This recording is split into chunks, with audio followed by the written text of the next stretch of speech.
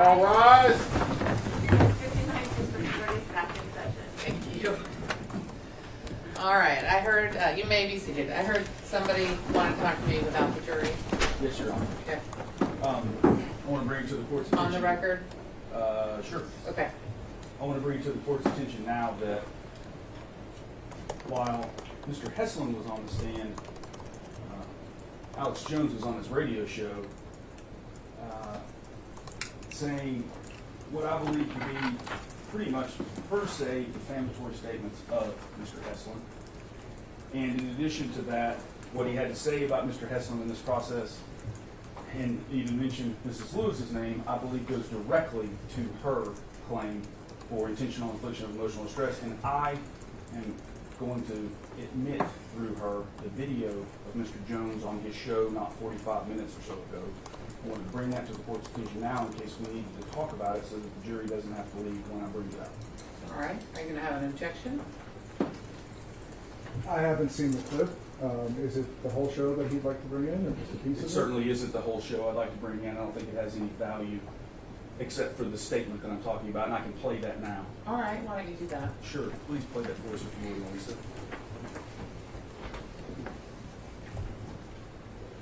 I thought it was an act when I saw some of the stuff on TV, just because he came off his show.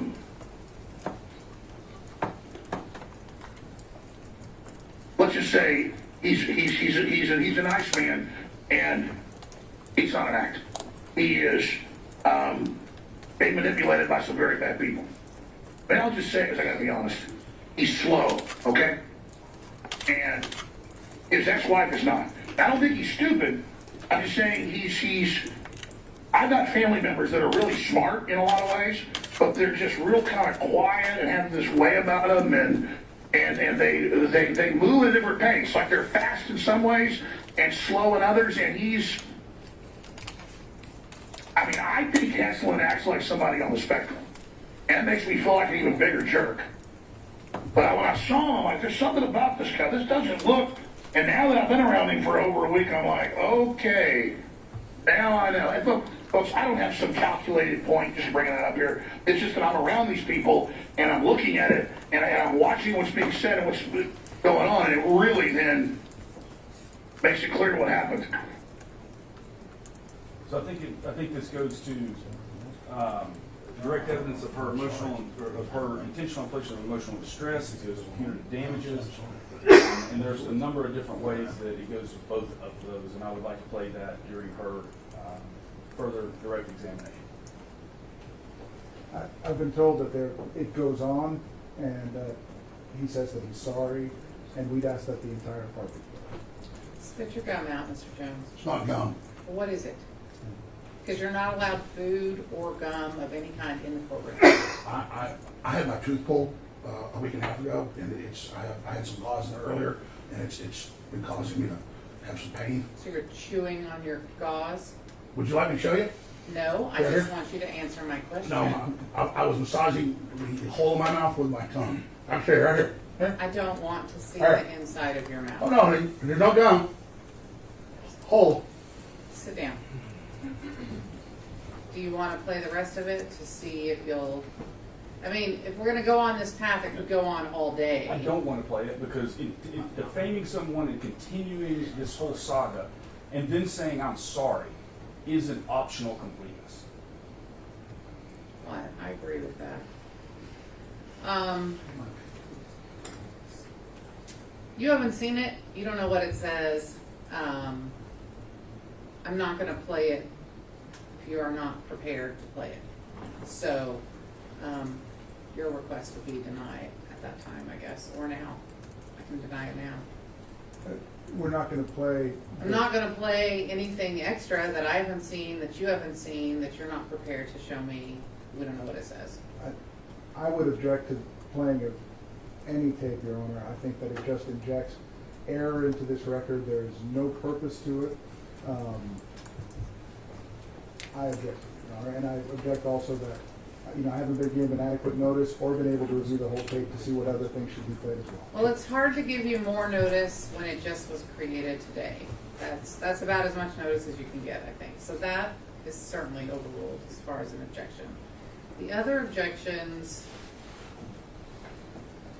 I don't know what objection there is no purpose to it is, I guess relevance.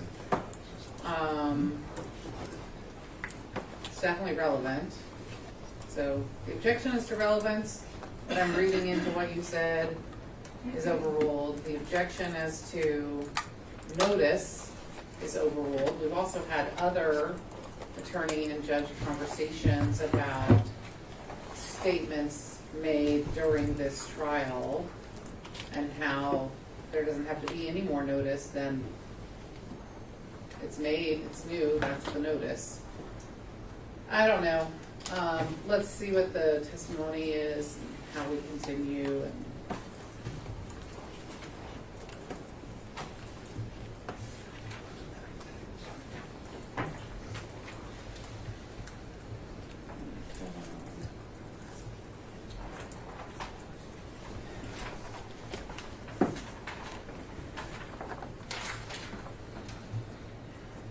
we're ready? I'm ready, Your Honor. All right, Ms. Heslin, can you come back up here, please? I mean, Ms. Lewis. I apologize.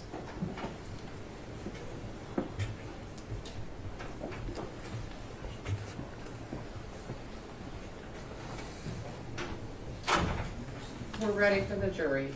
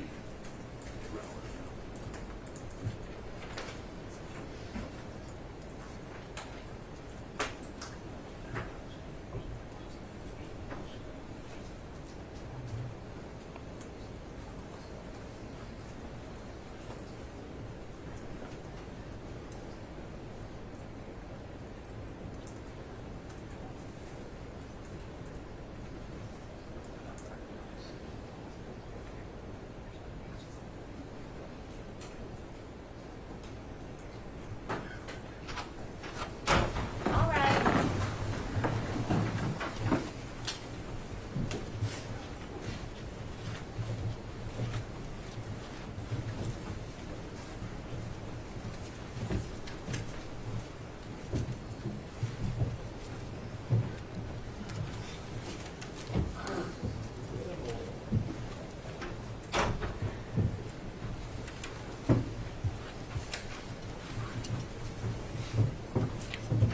All right, you may be seated. Mr. Ball and Ms. Lewis, are you ready to proceed? All right, you may do so.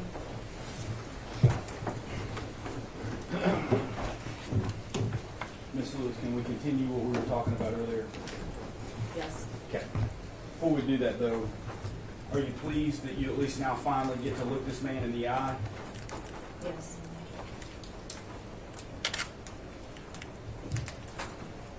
Then I would like to put some context to what we have spoken about before we continue, okay? Please, if you would bring up Plaintiff's Exhibit 3, photograph of Jesse.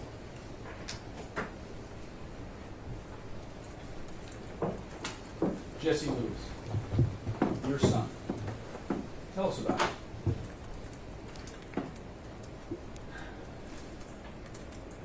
I like to share the story of when Jesse was born. And Neil shared a little bit of this earlier, but he was 11 pounds. So he was a C-section. And the first time that I saw him, I actually walked to the nursery. And there were all these nurses gathered around the window taking pictures. And I asked them, what are you taking pictures of? And they said, there's this enormous baby, and he's trying to crawl out of his bassinet. So he had literally crawled down to the bottom, and he was trying to get out. And I like to share that story because that's how he was his entire life. He was larger than life, he was loud, he was bouncing off the walls. That's my first memory.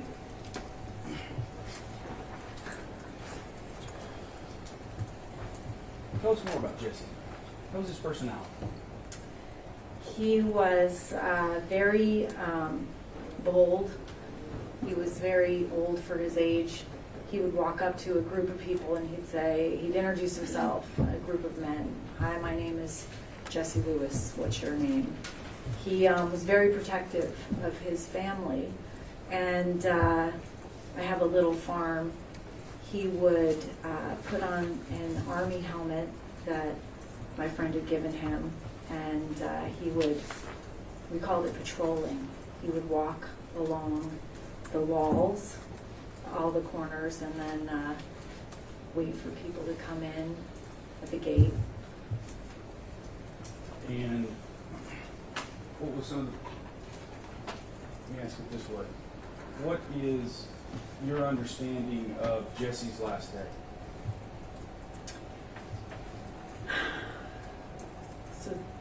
So Jesse is actually known for, during his final few moments, the shooter came he shot his way through the glass doors of Sandy Hook Elementary School, and then he made a left, and he shot his principal and guidance counselor. They were coming out of a meeting on the first door on the right of the hallway. Now Adam Lanza had been to this school, so he knew the layout. He knew that this was the first grade hallway. And so they heard the gunfire, they came out of the room, they were murdered right outside of Jesse's classroom. And then he made a left into the classroom door and was firing adult height and hit his teacher, who he was standing right in front of, and then his gun either jammed or ran out of bullets. And during the short delay, he actually stood up to the shooter and he saved 9 of his classmates' lives before losing his own. And for that act of bravery, he was actually given a commander-in-chief funeral reserved for heads of state and returning war heroes. And Jesse was actually considered a war hero because his first grade classroom was a literal war zone. This man, through his show and his lies, has denied the very existence of your son, Jesse Lewis. How does it make you feel being able to come in today and tell him, to his face, your story? I wanted to tell you to your face because I wanted you to know that I am a mother first and foremost, and I know that you're a father. And my son existed. You're still on your show today trying to say that I'm implying that I'm an actress, that I'm deep state. You have this week. And I don't understand.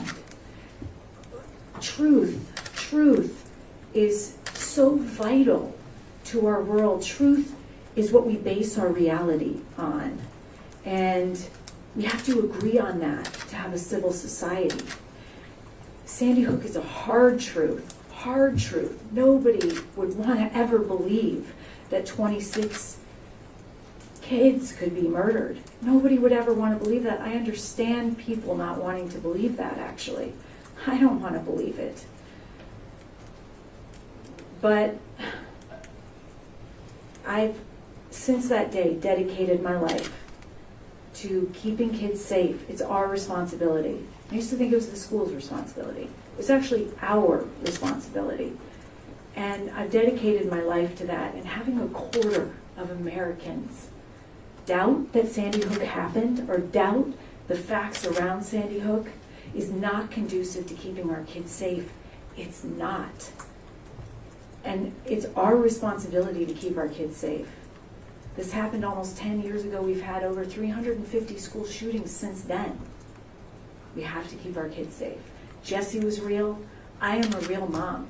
There's nothing out there, nothing. There's records of Jesse's birth, of me. I mean, I have a history, and there's nothing that you could have found because it doesn't exist, that I'm deep state. It's just not true. I know you know that. That's the problem. I know you know that. And you keep saying it. You keep saying it. Why? Why? For money? Because you've made a lot of money while you've said it. I know you're, I mean,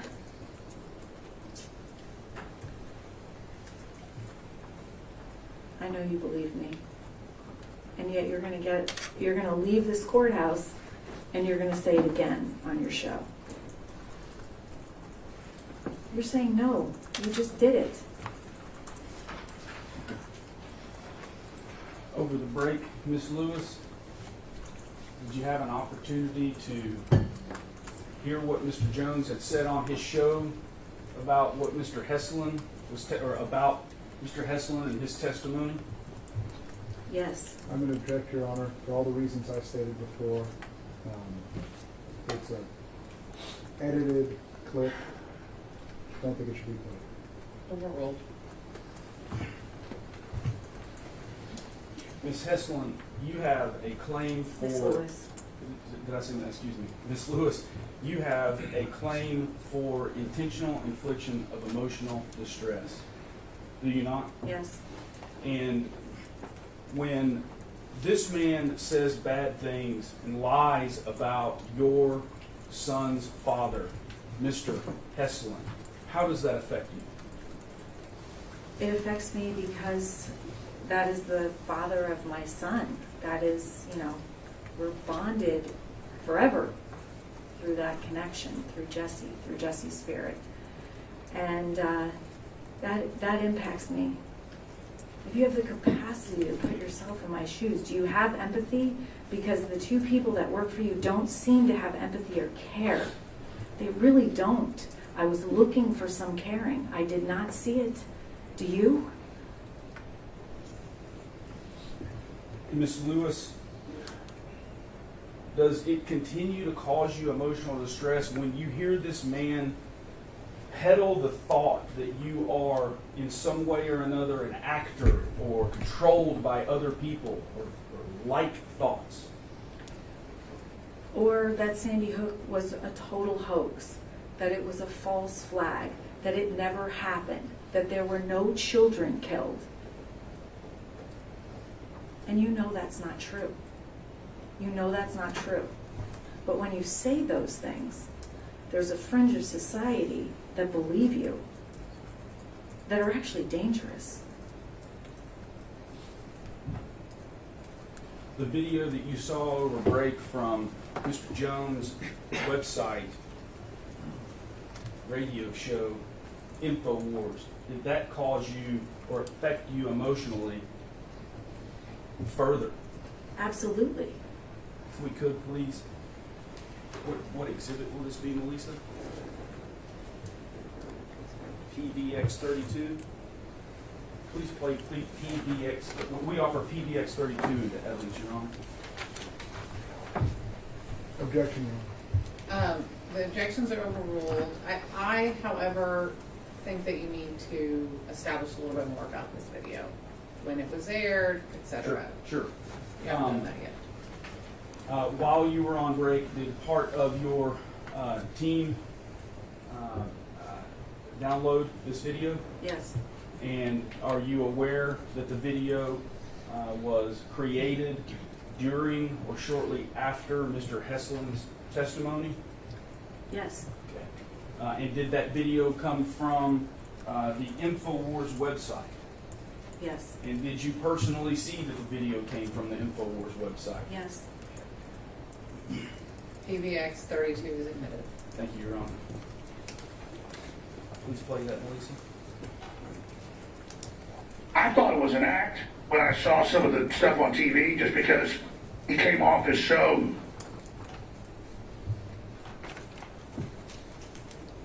let's just say, he's a nice man, and it's not an act. He is being manipulated by some very bad people. But I'll just say, because I got to be honest, he's slow, okay? And his ex-wife is not. I don't think he's stupid. I'm just saying I've got family members that are really smart in a lot of ways, but they're just real kind of quiet and have this way about them, and they move at a different pace. Like they're fast in some ways and slow in others, and I think Heslin acts like somebody on the spectrum. And it makes me feel like an even bigger jerk.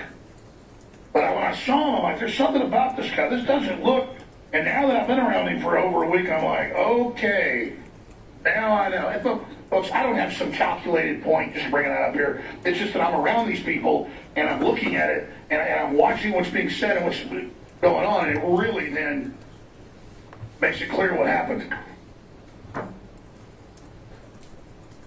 How does it make you feel knowing that was said today by this man on his radio show while Jesse's father was testifying in that same seat you're sitting in? I've had a hard time finding words today. It makes me feel astounded in a bad way. It's horrific.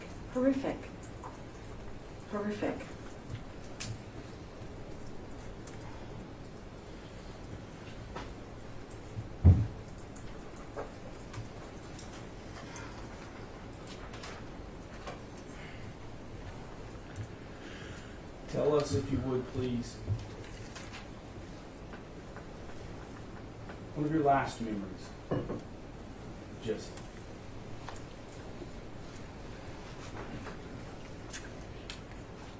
So I'm a single mom, and I work full time, and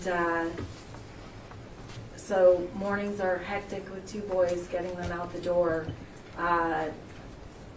Neil was picking up Jesse that morning, and so I bundled him up, brought him outside, walked him outside to meet Neil, and we were going to make gingerbread houses with him, with their class at 2 p.m. that day. So that was, I worked a lot, and so I had taken the afternoon off that day, and so Neil and I were finalizing I'll meet you at the school for the gingerbread houses, and I turned around to give Jesse a hug, and I noticed that he had written in the frost on the side of my car, because it's Connecticut, December 14th is very cold. I love you, with his fingernail in the frost, and he'd drawn hearts in all my windows, and I knew that was one of life's special moments. And so I told him, even though I'm running late, he's late, stay right here. I'm going to go get my cell phone. I ran into the house, got my cell phone, came back out. I remember taking him by the shoulders, positioning him so he'd be right by his message, taking a picture. I remember it was overexposed, so I deleted it, and then I took another picture, and then I took a close-up picture of the I love you. And then I gave him a hug and sent him off to school. That was the last picture that was ever taken of him, and that was the last time I ever saw him.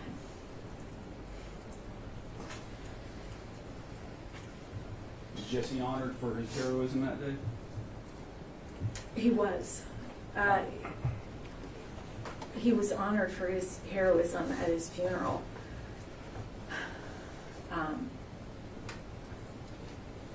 He was given a commander-in-chief funeral, and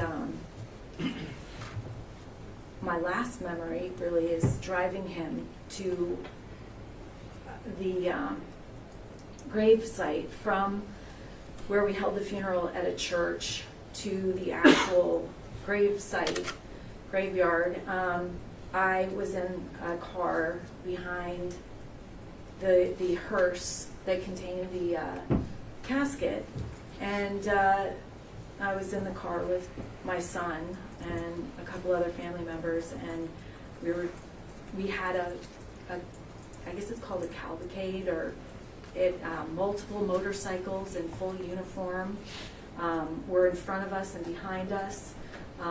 Lots of first responders showed up from multiple different states to honor his bravery. So they would, when we approached an intersection, the back would come up to the front and they would block off the intersection. And cars, just a line of cars, pulled over to the side. People had gotten out of the cars.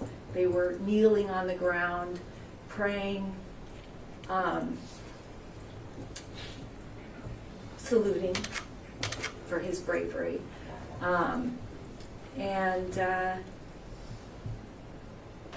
That's a special memory.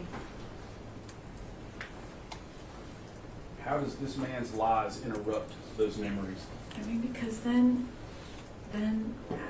Alex gets on there and says that it didn't happen, that it was a false flag, that there were no kids killed. And you cater to those people that are not grounded in reality. You're not telling the truth. You know the truth as a father. And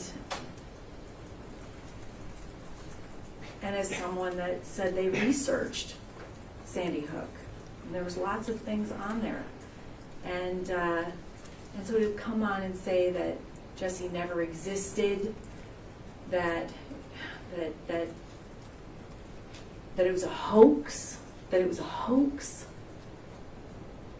I know there are hoaxes that are out there, but this was an incredibly real event.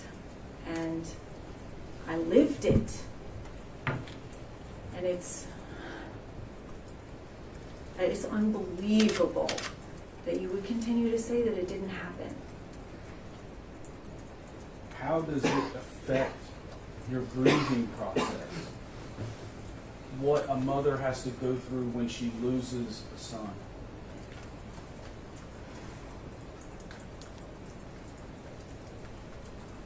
Having a 6-year-old son shot in the forehead in his first grade classroom is unbearable. Unbearable. You don't think you're going to survive. But there are people that have. And then to have someone on top of that perpetuate a lie, that it was a hoax, that it didn't happen, that it was a false flag, that I'm an actress. Then you get on and you say, oh, sorry, but I know actresses when I see them. Do you think I'm an actress? No, I don't think you're an No, actress. you can't talk right now. Sorry, I did. I asked him a question. You get to testify right now. You're under oath. Nobody else in the room is. Anyway. And I think, I don't think you understand the fear that you perpetuate to not just the victims' families, all of us and others, but our family, our friends, every survivor from that school. The ripple effect is enormous because of the platform that you have. And the fear that comes from that, the fear stops the healing and the mourning process because you're afraid. I don't think the two can happen at once. I don't think that you can heal from the loss of your child and be afraid at the same time. The fear stops everything.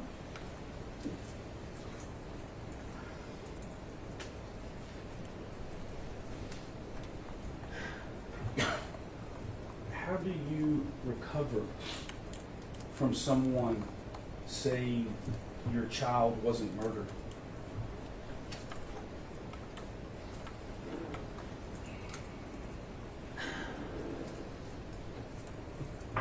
I don't think you can recover. I don't think you do recover unless it stops, unless it's retracted. unless there's accountability and responsibility, and that hasn't happened. What you've seen today, the video today, what does that do to your hope for this man's accountability and responsibility for it? I don't understand. I don't understand. I cannot even make sense. That's one of the problems. I can't make sense out of nonsense, out of why you would say it didn't happen. It's not happening. I'm an actress. I'm part of the deep state. It's a hoax. It was a false flag. It never happened. There were never any children. I don't understand. Yeah, I'm stuck. One of the things that you've done, Ms. Heslin, is done. Did I say Heslin? Excuse me. I'm sorry, Ms. Lewis. I have Mr. Heslin on mine because of the video. One of the things that you have done, Ms. Lewis, to aid in your recovery is the Choose Love movement. Yes. I see on your necklace there you've got.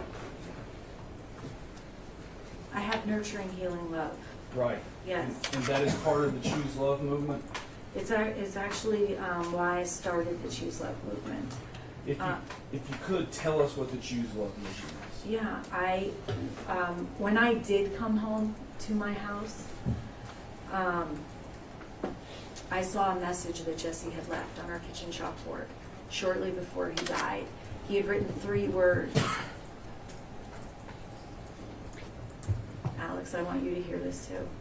He'd written 3 words: nurturing, healing, love. This is what Jesse wrote on our kitchen chalkboard. 3 words: nurturing, healing, love. Phonetically spelled because he was in 1st grade and just learning to write. But I looked at those words and I found a solution for what had happened. I knew that if Adam Lanza had been able, Adam Lanza is the former recent student, recent graduate of Sandy Hook Elementary, the Newtown school system, if he had been able to give and receive nurturing, healing love, the tragedy would never have happened. And so I dedicated my life to spreading that message, have it on my body at all times. I believe it was a spiritual awareness that he had, that he wasn't going to be on earth very much longer, and he wanted to leave a message for his family and friends of comfort, but also inspiration. I believe that that message is where we need to turn in order to survive and thrive, keep our kids safe. It helped me determine how I was going to respond, knowing that we are responsible for our children's safety, that what we had been doing wasn't working. Obviously, my son was dead, and so I decided to take a completely different course. I decided to address the root cause of the pain that led up to Adam Lanza doing what he did.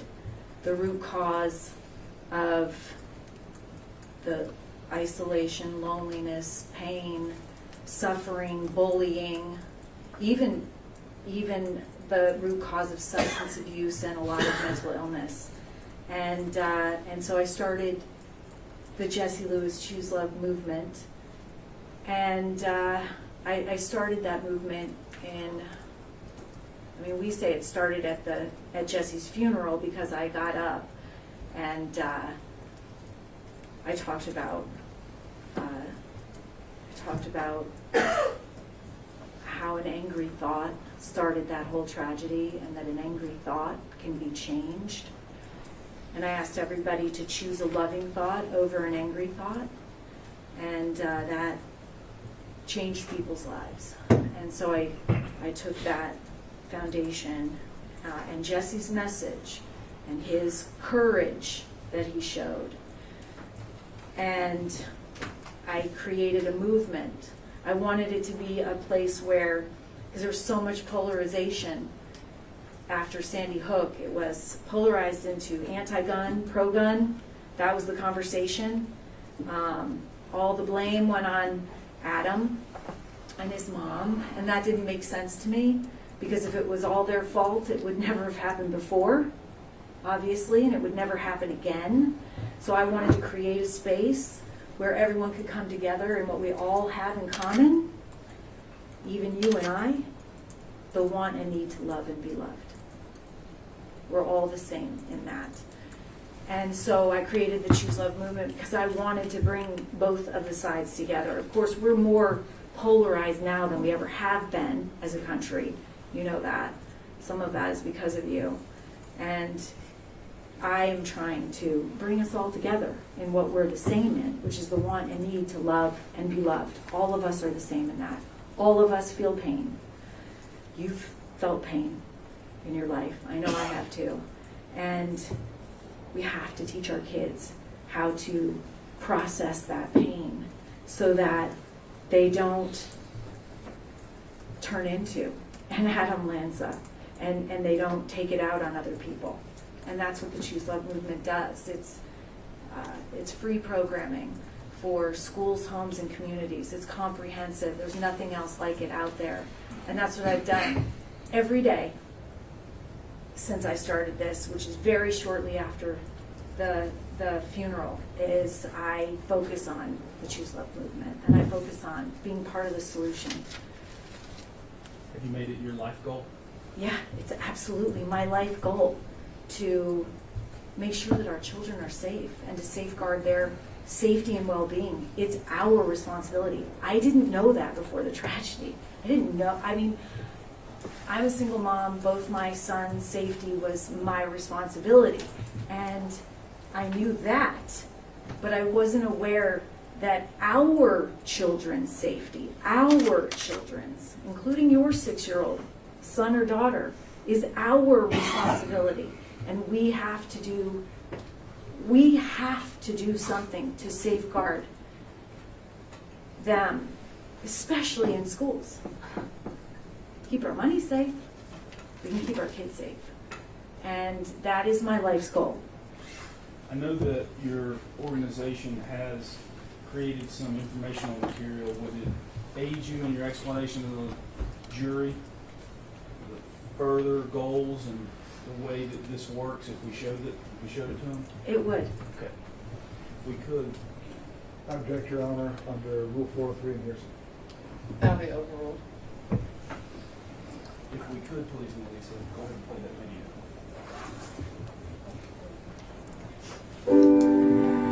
Love those moves. Awesome, Jess.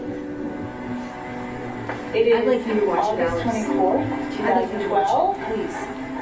And Jess has brand new soccer shoes. So prior to 12/14/2012, I was a single mom with 2 boys.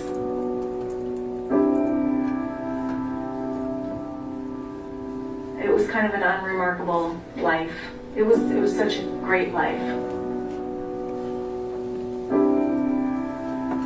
You know, I just wanted to be a mom, and I just wanted to be with my kids. Run the ball up to me. One day, you're a mom with 2 boys, one boy riding in a car seat in the back seat. So one morning I'm holding hands with my 6-year-old in his car seat, and the next thing that I know, there is no 6-year-old. He's been murdered.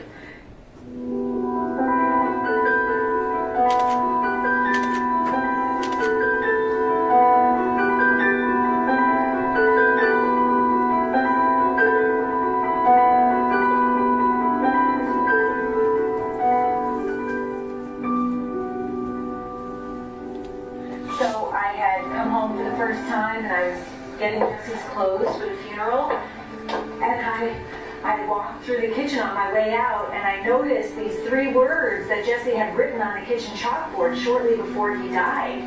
He wrote, "Nurturing, healing, love." These words were a message of comfort for his family and friends, and inspiration for the world is where we needed to turn. And I knew I'd be spending the rest of my life spreading this message.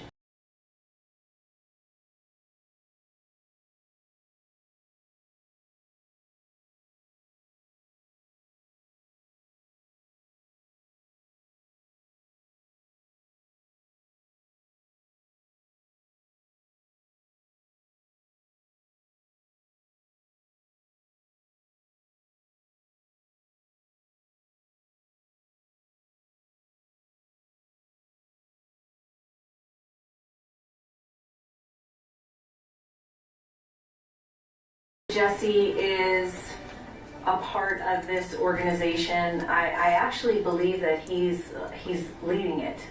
And all I have to do is just be present.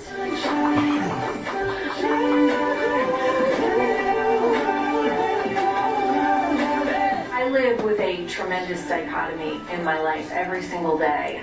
It's never out of my mind why I am leading a worldwide movement to choose love. It's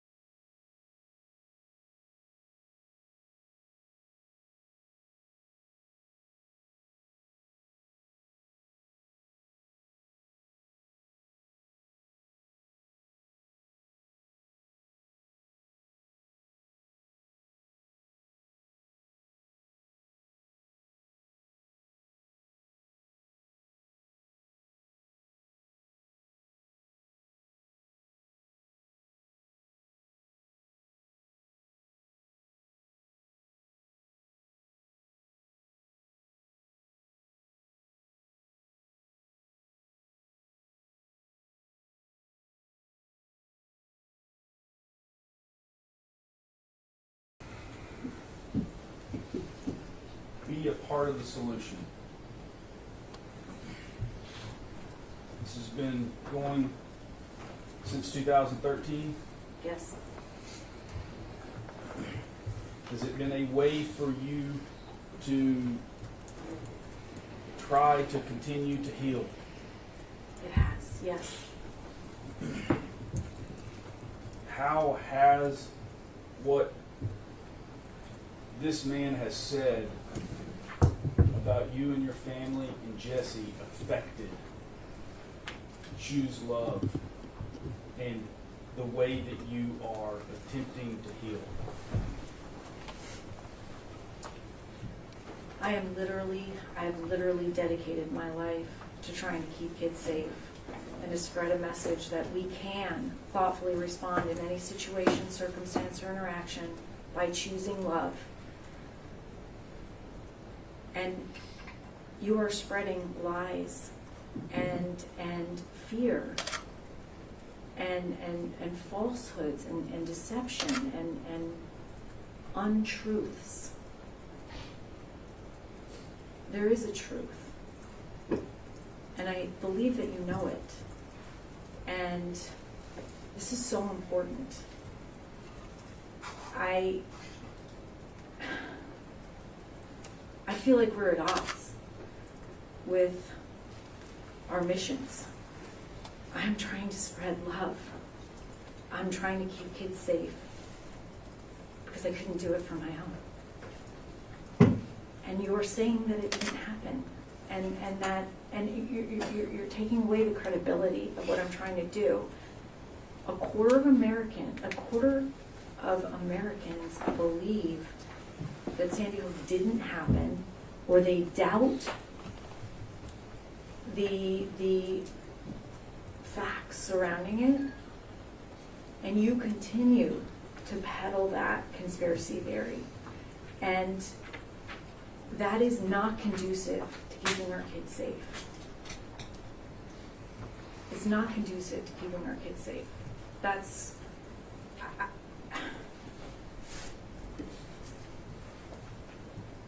The way that you have used Choose Love to help yourself heal, has what Alex's lies, the lies that he has given you, has that interrupted that healing? It has, because you can't heal when you're afraid.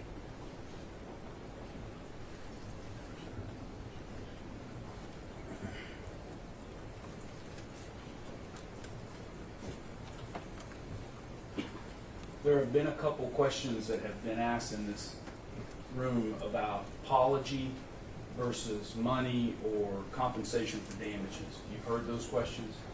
Yes. Talk to me about apology and compare that to paying for the damage that has been caused,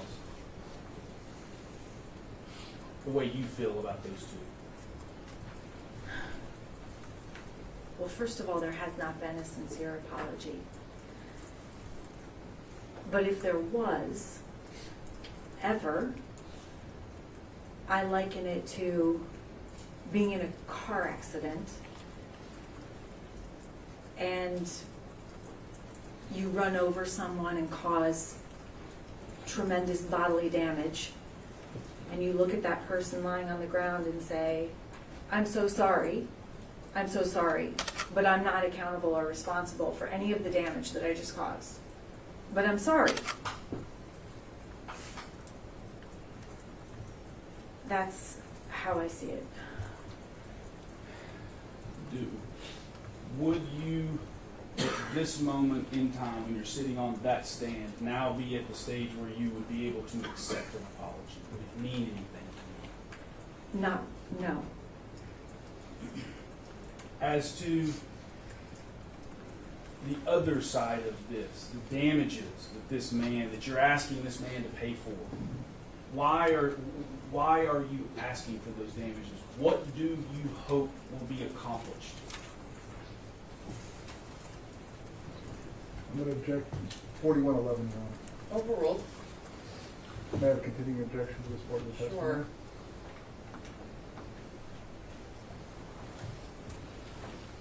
Alex has been asked to stop, and he hasn't.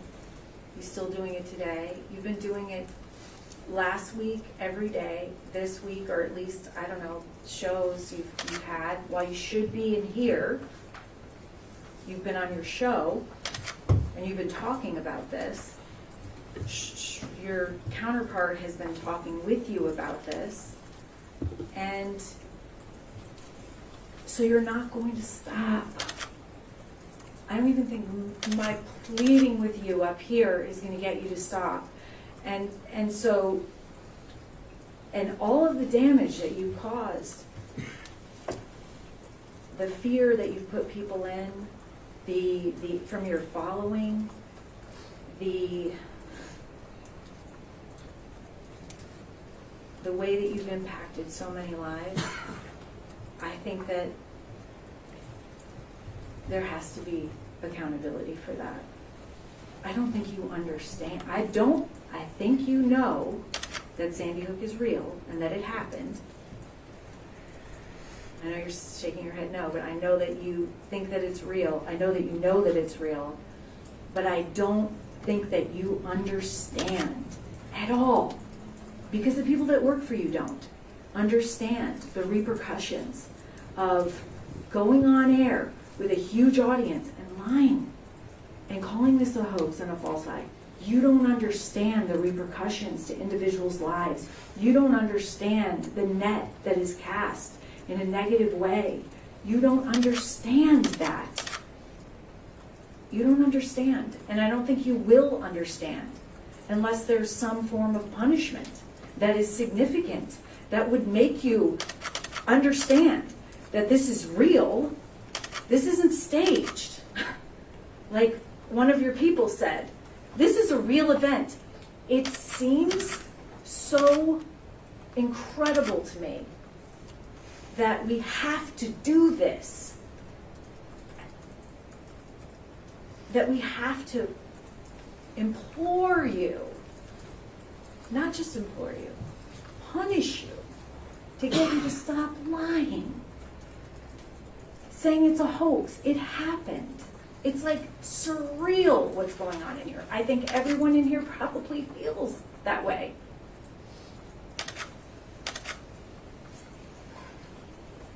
I lost my train of thought. Is that what you hope to accomplish? Yes. Through this process? Yes. Yes, I hope to accomplish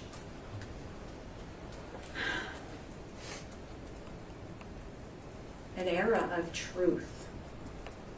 An era of truth.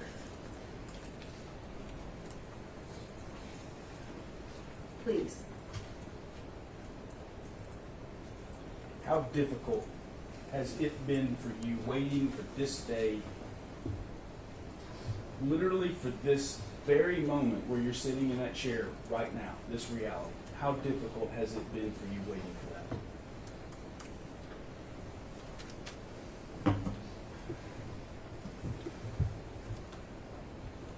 In some way, you've impacted every single day of my life negatively almost since Jesse's murder.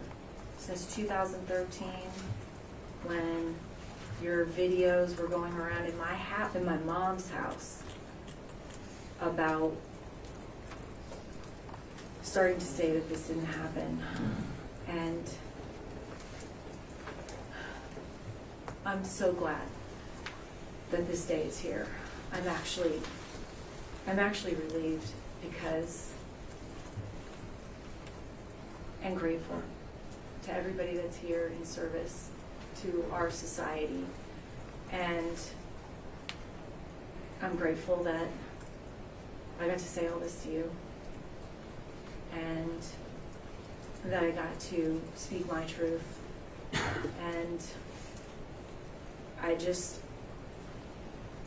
I'm really looking forward to this being over so that I can get back to healing and spreading my message, spreading Jesse's message of love. Ms. Lewis, I cannot thank you enough for sitting and being so brave on that chair. And I don't have any more questions. And I want to thank you for representing us. Mr. Reynolds, do you have any questions for Ms. Lewis?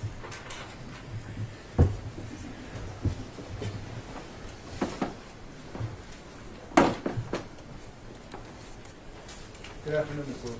Good afternoon.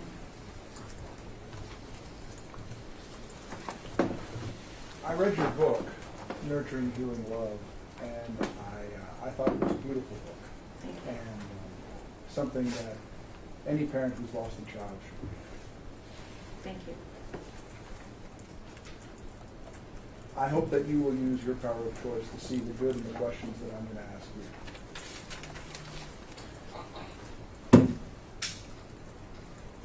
In your book, you describe how after Jesse's murder by Adam Lanza, you went on a journey of healing. Yes. And even before, you said that you had read a book called You Can Heal Yourself by Louise Hayes, Yes. and that you educated both JT and Jesse in their power to choose how they would react and view life. Yes. And that sometimes you'd say, you know, you have the power to, and then Jesse would say, yeah, Mom, I know, choose, choose, choose. Yes. In the aftermath of the shooting, there were more than 500,000 letters of condolences that were sent to you. Yes, and mostly by little kids. And drawings. And drawings. Shortly after the shooting, you participated in an EMDR session. Yes. And during that session, you described a tunnel of light. Should we explain what that is? Well, EMDR is something that Dr. Crouch testified about. Yes. And Okay. it is a process whereby there's bilateral stimulation and visualization of bad memories. Yes. And you described seeing a tunnel of light. I don't remember that. Can you read in my book where it says that? Well, maybe this will remind you. Okay. And if not, we can go to the book. Sure. But you described seeing the children who'd been murdered ascending into heaven. Yes. And a dark figure. Yes. And that dark figure was Adam Lanza. Yes. And the therapist that was helping you asked you what you wanted to do with him. Yes. And you sent him up to heaven too. Yes. Later, you spoke to the bipartisan task force on gun violence prevention and children's safety. I don't remember that, but I'm sure I did. It was sort of the first time you'd been able to introduce Jesse's message of choosing love to the world. Are and you got a- referring to the part in my book? Yes. Okay. And you got a standing ovation. Yes, You met President Obama. yes. He came to the funeral. No. Or No. you met him in Newtown right after. Yes, 3 days after. And He you was speaking in Newtown. went to see him in Washington. Yes, And then he gave a speech at Hartford University, do you recall? yes, And you met with him after the speech. yeah, in the hallway. And you told him about your message. Yes. Choosing that. Yes, And he was very taken with the idea, yes, and he gave you a hug. yes, And he said that he would introduce you to his sister, who Yes. lived in Hawaii. yes, And you went and visited with her. yes, And she gave you tickets to go and meet the Dalai Lama. yes, And you went to see the Dalai Lama with several friends, yes. and were able to meet with him personally afterwards. Well, he walked by me and we had an interaction, yes. And he hugged you, He did, and that must have been very special. it was. Since then, you've often spoken about Jesse's story. Yes, And you've said that although Jesse's death could have destroyed me, hope, love, forgiveness, and faith have saved me. yes,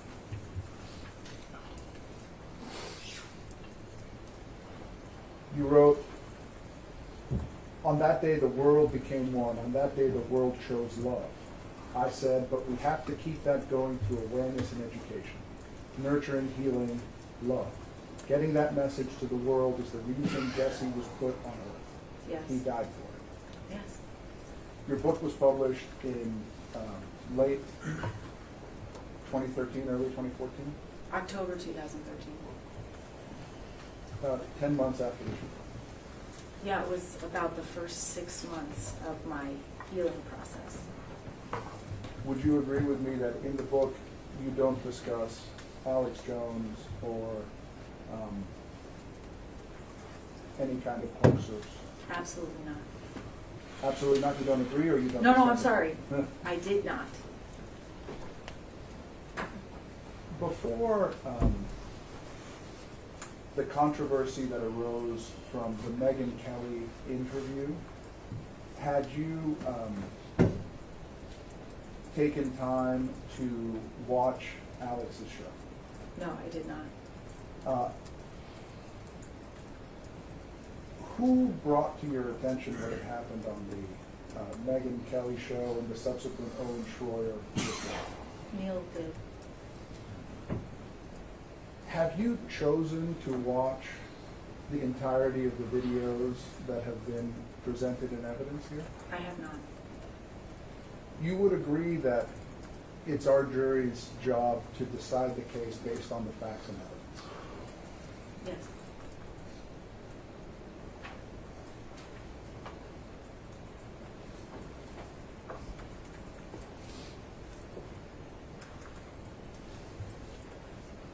You have spoken your truth today, and your, I think, very honest belief that Alex,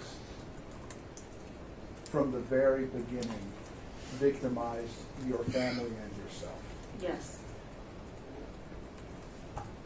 Wouldn't watching the broadcast be the best way to know whether that was the case or not? I had seen enough. Objection, Your Honor. Let's get back to your thought. It's already ruled that he has done that. So ask that question as soon as it hasn't. Hang on.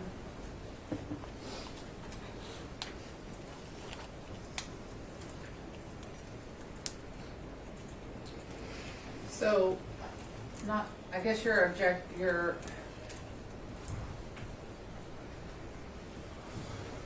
right, I am going to strike the question and the answer because they go to an issue that's already been decided. May I be heard? So you can try and rephrase it in some other way to get to whatever you're trying to get to, but not that way.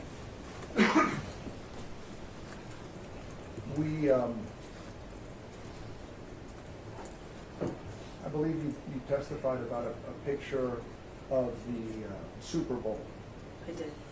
with the names of the victims of Sandy Hook written on top of the photograph of the children who sang there. Yes.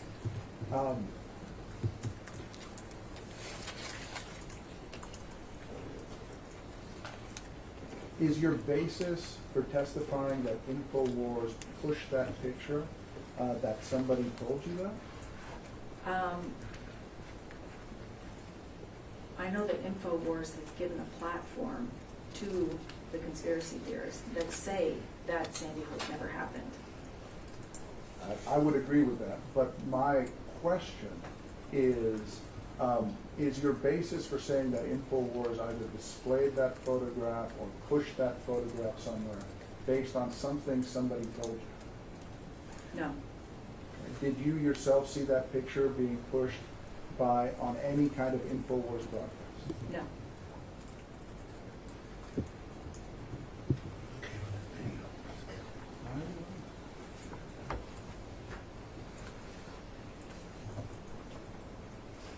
The video we saw played earlier, Which one? the video of Alex that was represented as having been taken today. Yes. Was just that clip given to you, or did you watch the entire broadcast? I watched that clip. Okay. Did anybody tell you what was said before or after that clip? No. Who provided you with the clip? My team pulled it up. My son pulled it up and showed it to me. Was he the one who created the clip, or did somebody else create the clip? I don't know. No, my son was not. No, I don't know who created the clip. Do you know who gave the clip to your son? He found it on the internet. Oh, understood. Let me ask you about Plaintiff's Exhibit 131. I think it's in front of you. Yes.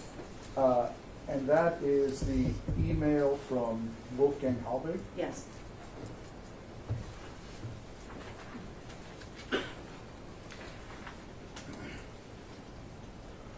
That email is dated September 9th, 2019. Is that correct? That's correct. Are you aware that as of that date, it had been several years since Wolfgang Halbig had been on the InfoWars show or Alex's show? No, I was not aware.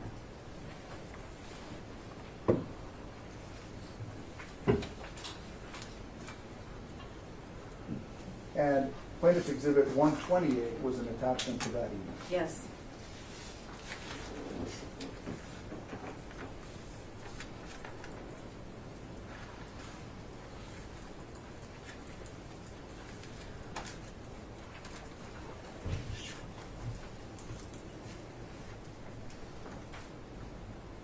As you sit here today, do you know of any way that InfoWars could have known in 2014 or 2015 when Halbig was on the show that he would go this crazy? Sustained. Lucy Richards. I was going to say, I don't think they checked his credentials.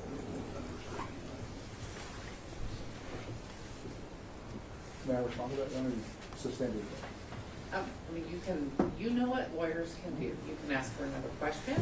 You can make an argument to me about something. I'm not Very well. telling you how to do this. Were you present for the testimony of Adan Salazar by deposition? Was I present, like in the room? Yeah. Oh, yes, yes. And so you saw that he testified that maybe he could have done a better job, but that he did look into Wolfgang Halbig's credentials at the time. I saw that he did just a surface scratch of looking into his credentials. Lucy Richards, she's the woman who left the terrifying message that we heard. Yes. She, thankfully, has never left a message like that for you. Correct. Lucy Richards has never worked for InfoWars, has she?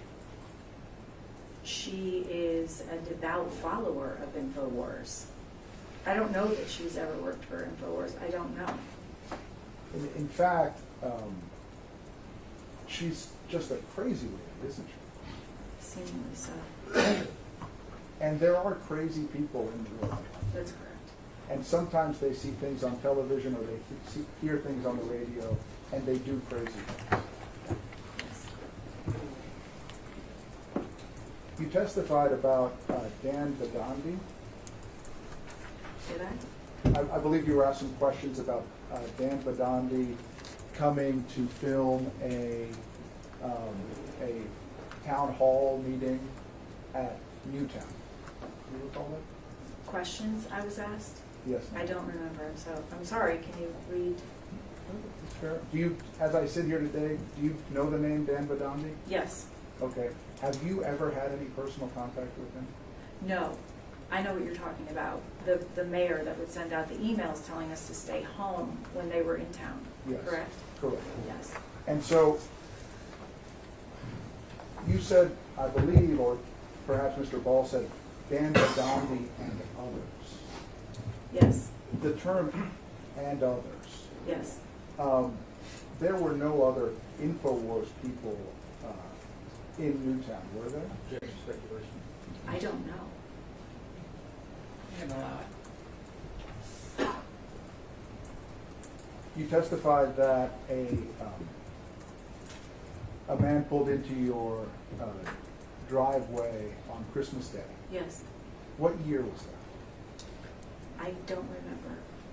And the man took some photographs. You went outside and you said, kind of, "Can I help you?" Yes. And he drove off. Yes. He scared you, but you really don't know why he was there. He was there to photograph my property.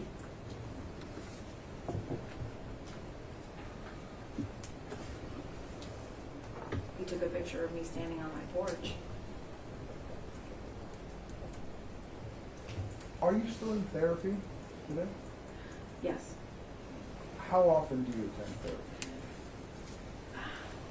I travel a lot, and I've had many therapists and done many different kinds of therapies in the last 10 years. So I am currently in therapy. The different kinds that I have, several times a month. So you have different types of therapy I have different on types different of days. therapy, yes. Can you estimate for us how much you've spent on therapy since the tragedy at Sandy Hook Elementary School in 2012?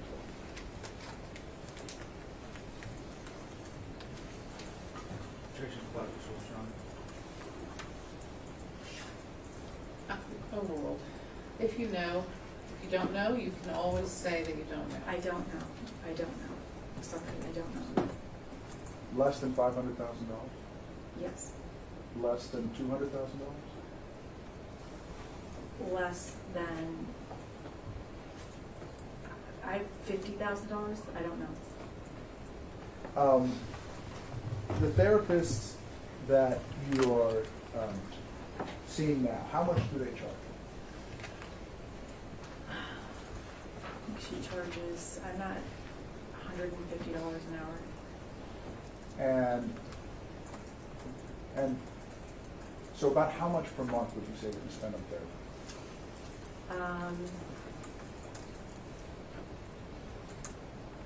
A couple $100. You're a published author, I am. and I think you've written 3 books. I have. A children's book, and Before the tragedy. then since then you've written 2. Nurturing Healing Love and Choose Love. It's about the movement and about the program and the history of that and how it can positively impact people. That's the 3rd book. Yes, You work at your foundation, I do. and I think you have 5 or 6 employees. Yes. You've made many media appearances. Yes, Starting in 2013 and ongoing to the present day. correct. You've appeared on CNN, yes? Yes, Various talk shows. yes. You're also a motivational speaker. I speak for the Choose Love movement. I speak to schools and at parent groups. You speak to private organizations as well. I have on a limited basis. If one navigates to the Choose Love movement website, one can find a place where one can make an inquiry for a private event, Yes, and it says you'll speak for 2 hours. I'll speak for as long as you will let me speak. And can you tell the members of the jury how much is the suggested honorarium for your speaking engagement? It may be $5,000. Would 10 be more accurate? It could be 10, 5 to 10.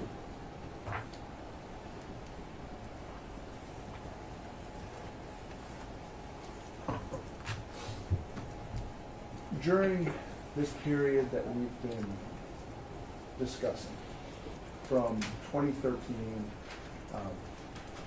at least... Can I clear something up? 100% of the proceeds of all 3 of my books, as well as 100% of the proceeds of everything that I do, including my speaking, go directly to the Choose Love movement. If an organization pays me, they do not write a check to me. They write a check to the movement. I just want to clear that up. The movement does, your 501c3 nonprofit does employ you as well. I am employed. I am a human being. I have expenses. I have to live. Yes. To my previous question, from 2013, or from the day of the shooting until, let's say, this litigation began, no one at InfoWars, and certainly not Alex Jones, ever said your name. I don't know that. Have you asked? Have I asked InfoWars? Have you asked anyone whether your name was ever mentioned? I guess I feel like it has been an association. And that's because you feel that by speaking about parents in general, that is a reference to you in particular. It includes me. Yeah, I feel like it does. InfoWars has never published your photograph. Thank you. InfoWars has never published your address. Are these questions, Mr. Reno? Have they? I don't know. Are you asking me or telling me? I'm asking you. Oh, I'm sorry. I don't know. And InfoWars has never directed anyone to harass you, isn't that true? I don't know. They sent people to Sandy Hook. Then they've definitely harassed people there. Well, in fairness, they sent... That's my community, and they don't know that I was not going to be around. Well, the person, Dan Badandi, went to a meeting that was set up to hear FOIA requests for information regarding the Sandy Hook shooting. True? I don't know, but I did see him harass people on the way out, and I know the people that he harassed. Understood. That Yes. that was an open government meeting. True? I don't know. I don't really know. I don't know what FOIA stands for. Freedom of Information. Okay. That was a meeting to address Freedom of Information Act requests made by Mr. Halvey. True? I don't know. I don't know what the meeting was about. Certainly a meeting like that, it's fair to have the press out. Yes. That's what. All right. Mr. Falk? Very briefly, Your Honor. Kevin LaPratt and Will Turbot. Those are names of people who were with Mr. Badandi. You aware of that? Yes, I saw other people there. I wasn't aware of their names. Right, so to say that Mr. Badandi was the only person that went to Newtown would not only be misleading, but it would be a lie, right? Yes.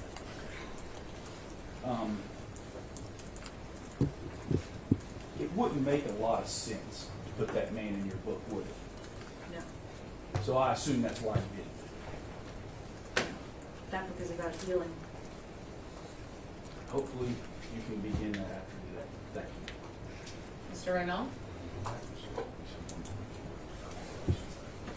It's fair to say, Ms. Lewis, that other than Mr. Badandi, you don't know who all went to that meeting. That's correct.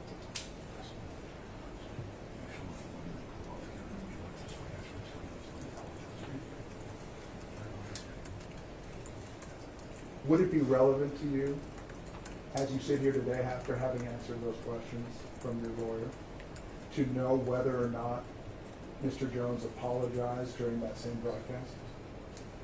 Objection not relevant. And but also scope of the. Scope is sustained. Sustained.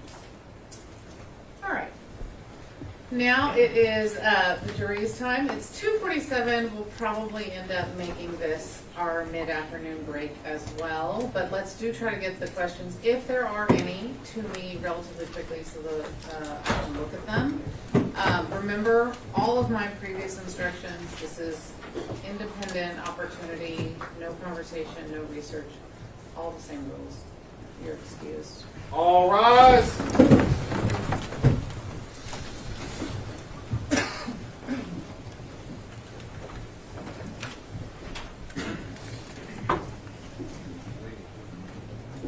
Is anyone else as cold as I am? Or are you guys comfortable? Because some of the fans can be turned down or off. She's cold. Let's turn these two in the front off and we'll leave them on back. Shut the door. I don't tell them, they don't shut it. You can sit down. Ms. Lewis, you can go back down to the council table. When we come back in, you'll need to be in the hall, and I know you already know that. You can go down now. Did you both get copies of version 2 of the charge? How has Jesse's passing affected your parenting of JT? How has Alex Jones and InfoWars affected your parenting? How many lives has the Choose Love movement touched, and how has it made them better?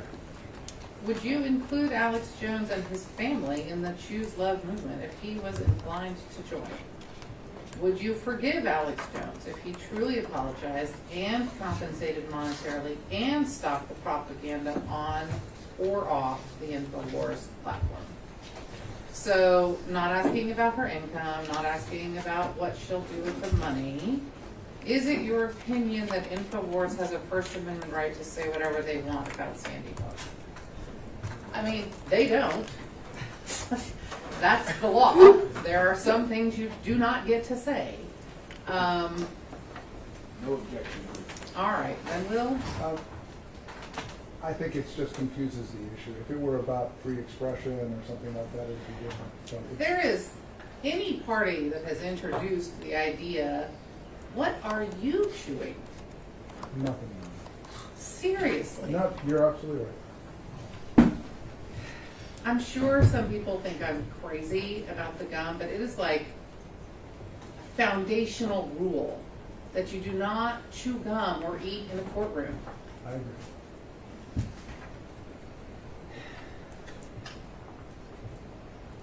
We live in a really casual society, but courts are serious.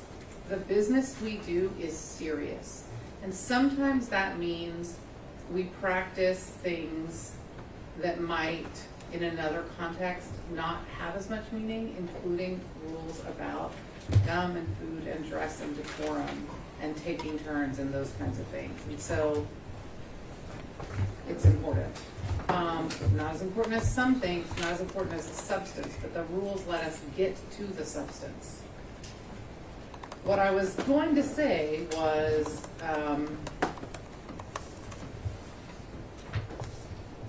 that I think you have, Mr. Reynal, introduced the argument through your questions. You've asked, I don't know if the transcript in front of me, you've asked a few witnesses about the First Amendment. I don't know, I'm gonna think about it for a minute. How has Jesse's passing affected your parenting of JT? How has Alex Jones and InfoWars affected your parenting? How many lives has the Choose Love movement touched, and how has it made them better? Would you include Alex Jones and his family in the Choose Love movement if he was inclined to join? Would you forgive Alex Jones if he truly apologized and compensated monetarily and stopped the propaganda on or off the InfoWars platform? I think those are fair. Are there any objections to any of that last set? Not from this side of the room, Your Honor. No, no. I don't know.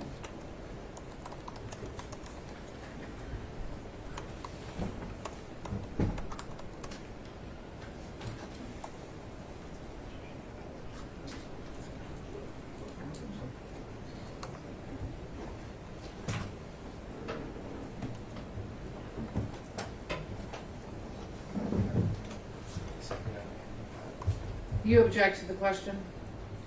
I do, Your All right. I'm not going to ask it. I think it's on the edge. It asks for her opinion, First Amendment, what it allows. It's not really a matter of opinion. She's not a lawyer.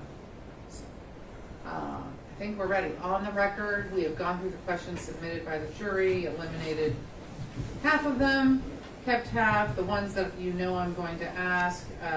Any objections, Mr. Ball? None, Your Honor. Any objections, Mr. Reynal? None. All right. Then we are ready for Ms. Lewis and Ms. Magic Still. We're ready for the jury.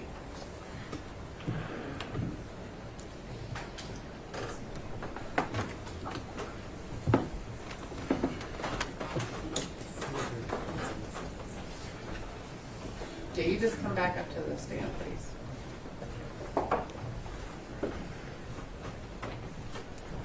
I'm bringing the jury in.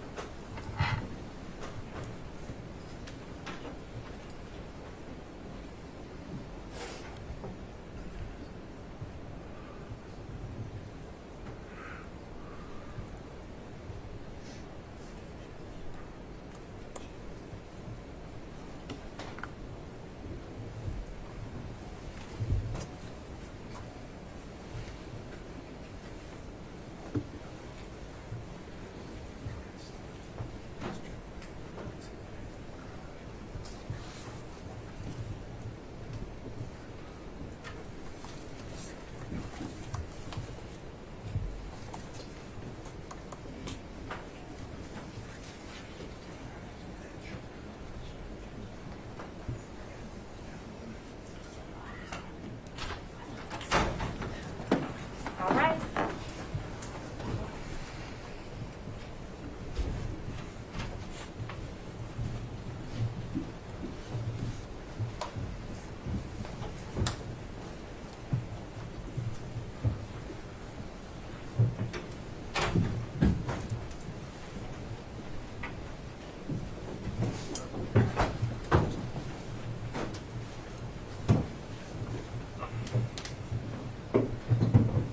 All right, you may be seated.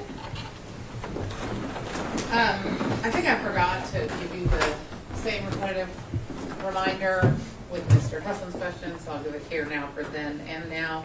If you don't hear a question, that's because I made the decision that it wasn't appropriate for some reason, so you don't have to direct your frustration at me. Now, Ms. Lewis, I am going to ask you a number of questions, and I'm going to ask you to respond to them to the jury. And if you'll just listen carefully and answer the question, I can't explain it, so you just have to answer the question as it is, okay? Yes. How has Jesse's passing affected your parenting of your other son, JT?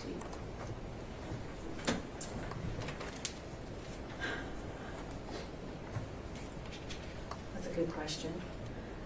It has impacted my parenting, obviously. I think that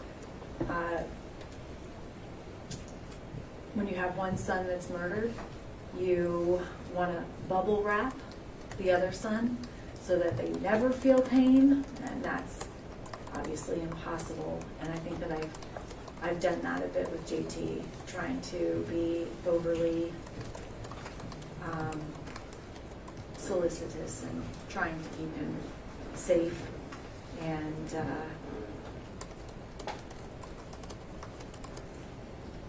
How has Alex Jones and InfoWars affected your parenting?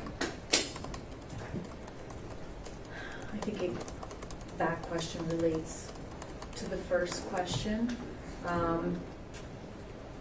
As a parent, it's your responsibility to keep your kids safe, and I wasn't able to do that with my first child, and so I am so probably overly zealous in trying to do that with JT.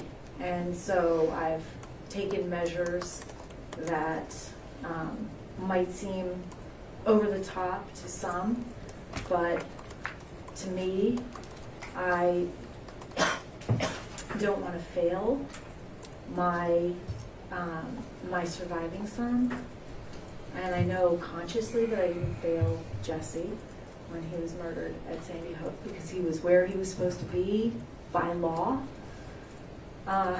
But you have a little bit of guilt that you sent them to school that morning, and so I think that it has definitely impacted my parenting, and it's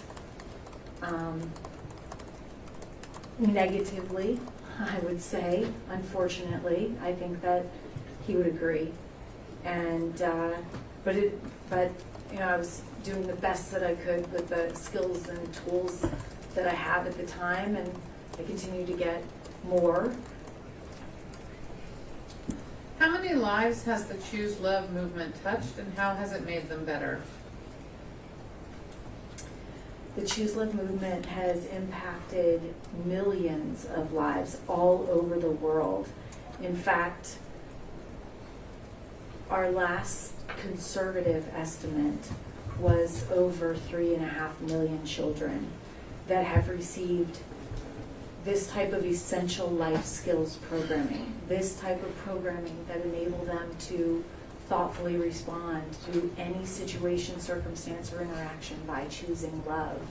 And we have a powerful formula that we teach, and this formula leads you, it's a pathway to flourishing, and it starts with courage. Courage to tell the truth, courage to be present with whatever is happening in your life, the courage to do the right thing, and gratitude is the next formula, and it's the courage to be grateful even when things aren't going your way. I try to live my life this way. And then forgiveness, and it's the courage to forgive even when the person who hurt you isn't sorry, doesn't care, or may not even know.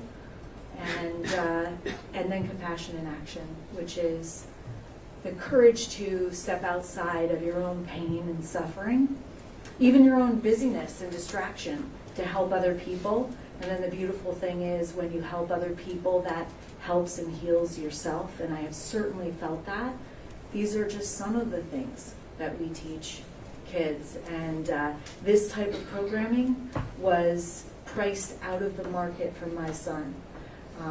The school that he went to, when I asked them about this type of programming, they said they spent so much money on this type of program that they couldn't afford to train the teachers in this. And so I thought, wow, this would have saved my son's life. So I created a program, and I made it free, because every child, actually every parent, every grandparent, every human being should have access to these essential life skills that are backed by science and that we know can create a safer, more peaceful and loving world. Would you include Alex Jones and his family in the Choose Love movement if he was inclined to join? Absolutely. Absolutely. Would you forgive Alex Jones if he truly apologized and compensated monetarily and stopped the propaganda on or off the InfoWars platform? I'm so glad you asked that question, whoever did. It's a great question. And forgiveness is something that I've learned so much about since the tragedy. and I didn't know much about before. And it's really instrumental in my own personal healing. And I think a lot of people are going to learn about it today with me speaking about it. But I actually, I have said that I forgive Alex. I've said that I forgive Adam Lanza. And I feel compassion for him. And I forgive Alex, and I feel compassion for you. But forgiveness is starts with a choice, and then it becomes a process. That doesn't mean that everything goes away, that you make this decision to forgive and then everything's okay. Forgiveness starts with a choice. Choose love. It is choosing love, forgiving. It starts with a choice, but then it becomes a process. And depending on who you are and your situation and your story and your level of pain, it is something that you might have to do every single day, multiple times a day. And it's a way to let go of some of the pain and to get your personal power back, to enable you to live your life. Forgiveness is a powerful healing tool, but it's something that I have to work on every day. And it doesn't mean that you don't hold the person that you're forgiving accountable. They're still responsible for what they did. It has nothing to do with accountability. You can, this is maybe a bad example, but if someone was raped, you could forgive your rapist, but you would have to hold them accountable. Because if you didn't, then they would continue doing that to other people. So you have some amount of responsibility in your forgiveness to continue to hold somebody accountable. Because if you don't, then they will continue. Ms. Lewis, thank you for your time and your testimony. We all appreciate it. At this time, you can go back down to where you've been sitting. Thank you.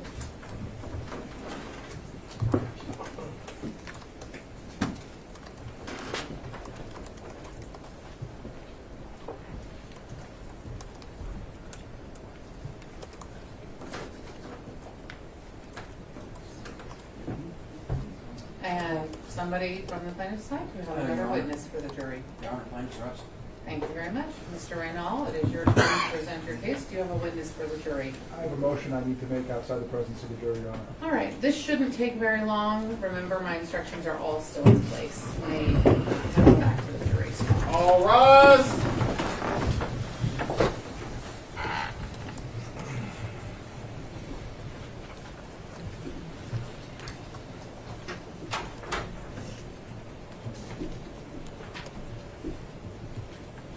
And if this whoever's last, shut the door for me, please. Thank you.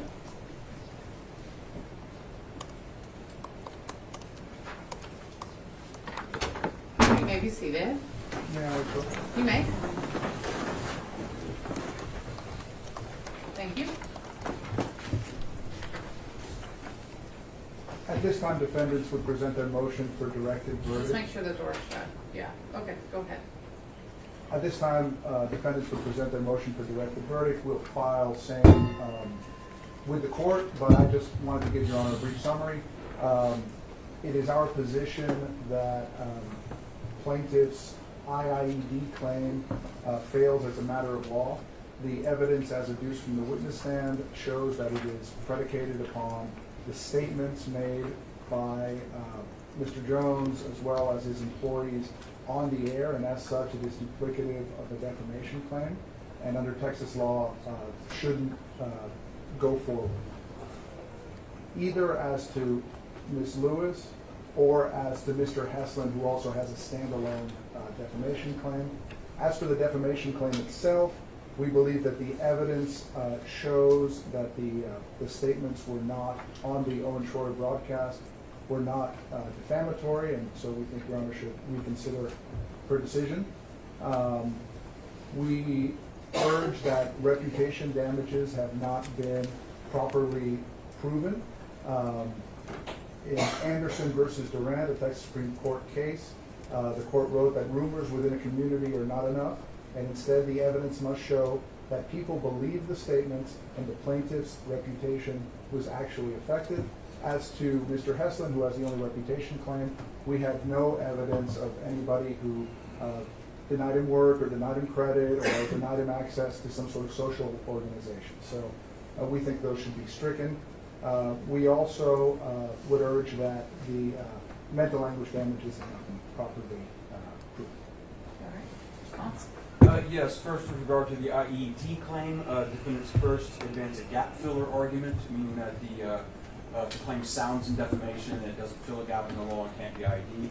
First, we would point out that this is already law of the case. Defendant has appealed this on both of the claims, Lewis and Heslin. Texas Supreme Court has rejected that appeal. Texas Court of Appeals says they are not duplicative. It is not a gap filler issue. Even if there wasn't already law of the case, Mr. Heslin's claim for defamation clearly sounds in statements about himself, while the two plaintiffs' IED claims sounds in statements regarding the circumstance of their child's death. There are statements in which Mr. Jones made, for instance, in which he did not claim that children had died. Instead, he claimed that the children were murdered as part of a 2-year pre-planned CIA plot. That does not actually affect their reputation whatsoever. It does not even accuse them of lying, but it is nonetheless intentional emotional distress. That is also law of the case. With regard to reputational damages, the simple evidence alone that Mr. Heslin testified that an individual, while yelling out Alex Jones and InfoWars fired a firebomb near his home, is clearly legally sufficient on its own to achieve reputational damage. But there's been plenty of testimony about people in the community who had negative thoughts about these parents and in particular, and Mr. Heslin in particular. And so for that reason, the reputational falls. As far as the mental anguish damage, I don't know a better way you can have legally sufficient evidence than by having two separate psychologists, a psychologist and a psychiatrist, one who has a formal diagnosis and who related it to these events, as well as the personal testimony of the plaintiffs about the torment in their life. As such, we believe the measure of directed verdict is frivolous. Any reply, Mr. Reynolds? No, Your All right. The motion for directed verdict is denied. Any other motions we need to take up outside the presence of the jury? I have received a copy I of... couldn't hear.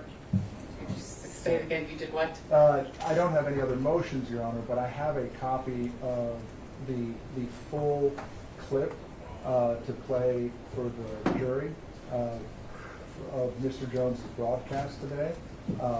I have two versions. One of the versions has some remarks about the attorneys as well as the court. I didn't know if Your Honor wanted me to play that clip or one that has been edited to take that out. Our response is, I think this is being offered for optional completeness. I'm not sure. I'm not sure either. Exactly. It Okay, is. so let me. Okay. Then if it is for optional completeness, then the rule of optional completeness requires them to identify a specific statement made within the recorded part that was played with the jury, while also identifying a specific and also identifying how that statement existing on its own could be fundamentally misleading to the jury. Then they must identify a specific statement in the portion that they would like to play that is necessary for the jury to properly understand what just happened. Otherwise, they will be misled. What I have heard is basically that after calling Mr. Heslin mentally challenged and autistic and claiming that his ex-wife and all of us lawyers are exploiting him, that then they want to play an apology or some other things that Mr. Jones says that they think will be good for them. That is not a way in which you actually clear up any fundamental misleading bit in that video. So for optional completeness, I don't see how it is. Your Honor, the argument that's been made is that Mr. Jones continues on his show to deny that the plaintiffs are real, to say that they're actors, that there's some kind of a CIA plot. And this seems to be a big part of the plaintiff's presentation, and it's just not true. And this clip shows, he says, these are real people. I've been sitting next to them. I'm sorry for what I did. And in that sense, their portrayal of it is misleading. So I didn't actually hear any of that from Mr. Ball, so that's not their portrayal. I heard some testimony from Ms. Lewis about how she feels about it. Again, I don't think that constitutes a portrayal. I think, let me put it this way. I believe that Mr. Bankston is correct in how he describes the rule of optional completeness. Do you have an argument to make for why whatever portion of this video you think needs to be played is required for the jury to not be confused by the portion they heard earlier today? It's the argument I already made.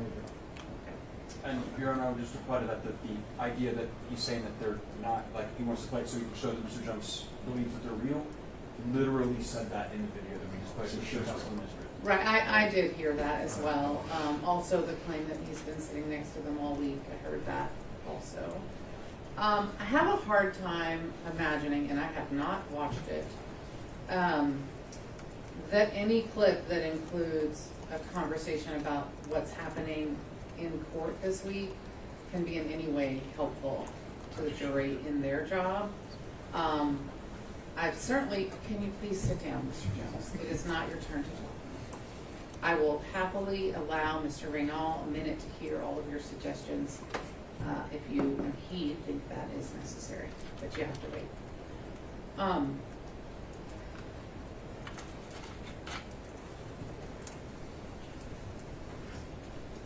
I haven't watched any of it, so I don't know what it says. If you want to send it to me and have me watch it on a break, I will do that. But there are a number of people who have been writing to me and telling me what Mr. Jones is saying every day. I don't know if they're accurate or not in their descriptions. I'm not otherwise going to find out. So I will only see this if you send it to me and ask me to look at it. Would you like to confer with your client? I think he wants you to say something else. They cut the 3 seconds off of us. I don't know if she is real. They cut that off. So she thinks I think she's real. She's totally confused because they gave her a confusing clip. It's the definition of the law. We'd simply re-urge that it's confusing for the jury because the clip leaves out the part where Mr. Jones says that he certainly believes that Ms. Lewis is real. All right, so if you want to send me that part, that may in fact meet the requirements of the rule of optional completeness. And send it to my staff attorney, and she'll review it, and then I'll review it on a break, and I'll let you know. Thank you. Anything else before we bring the jury back? No, Your Honor. Anything from your side? All right, we're ready to have the jury back.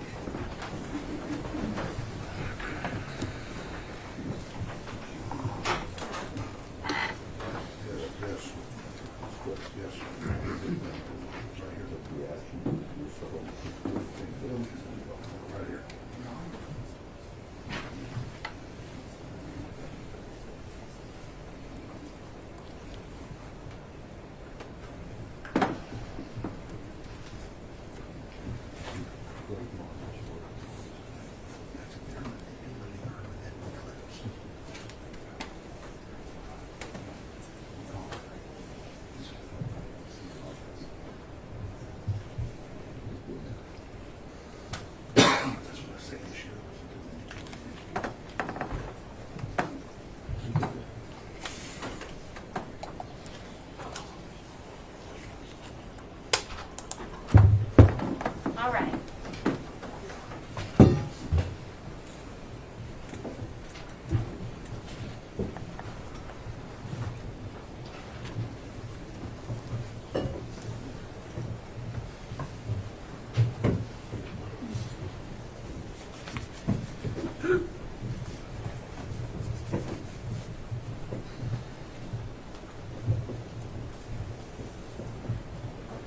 All right, you may all be seated.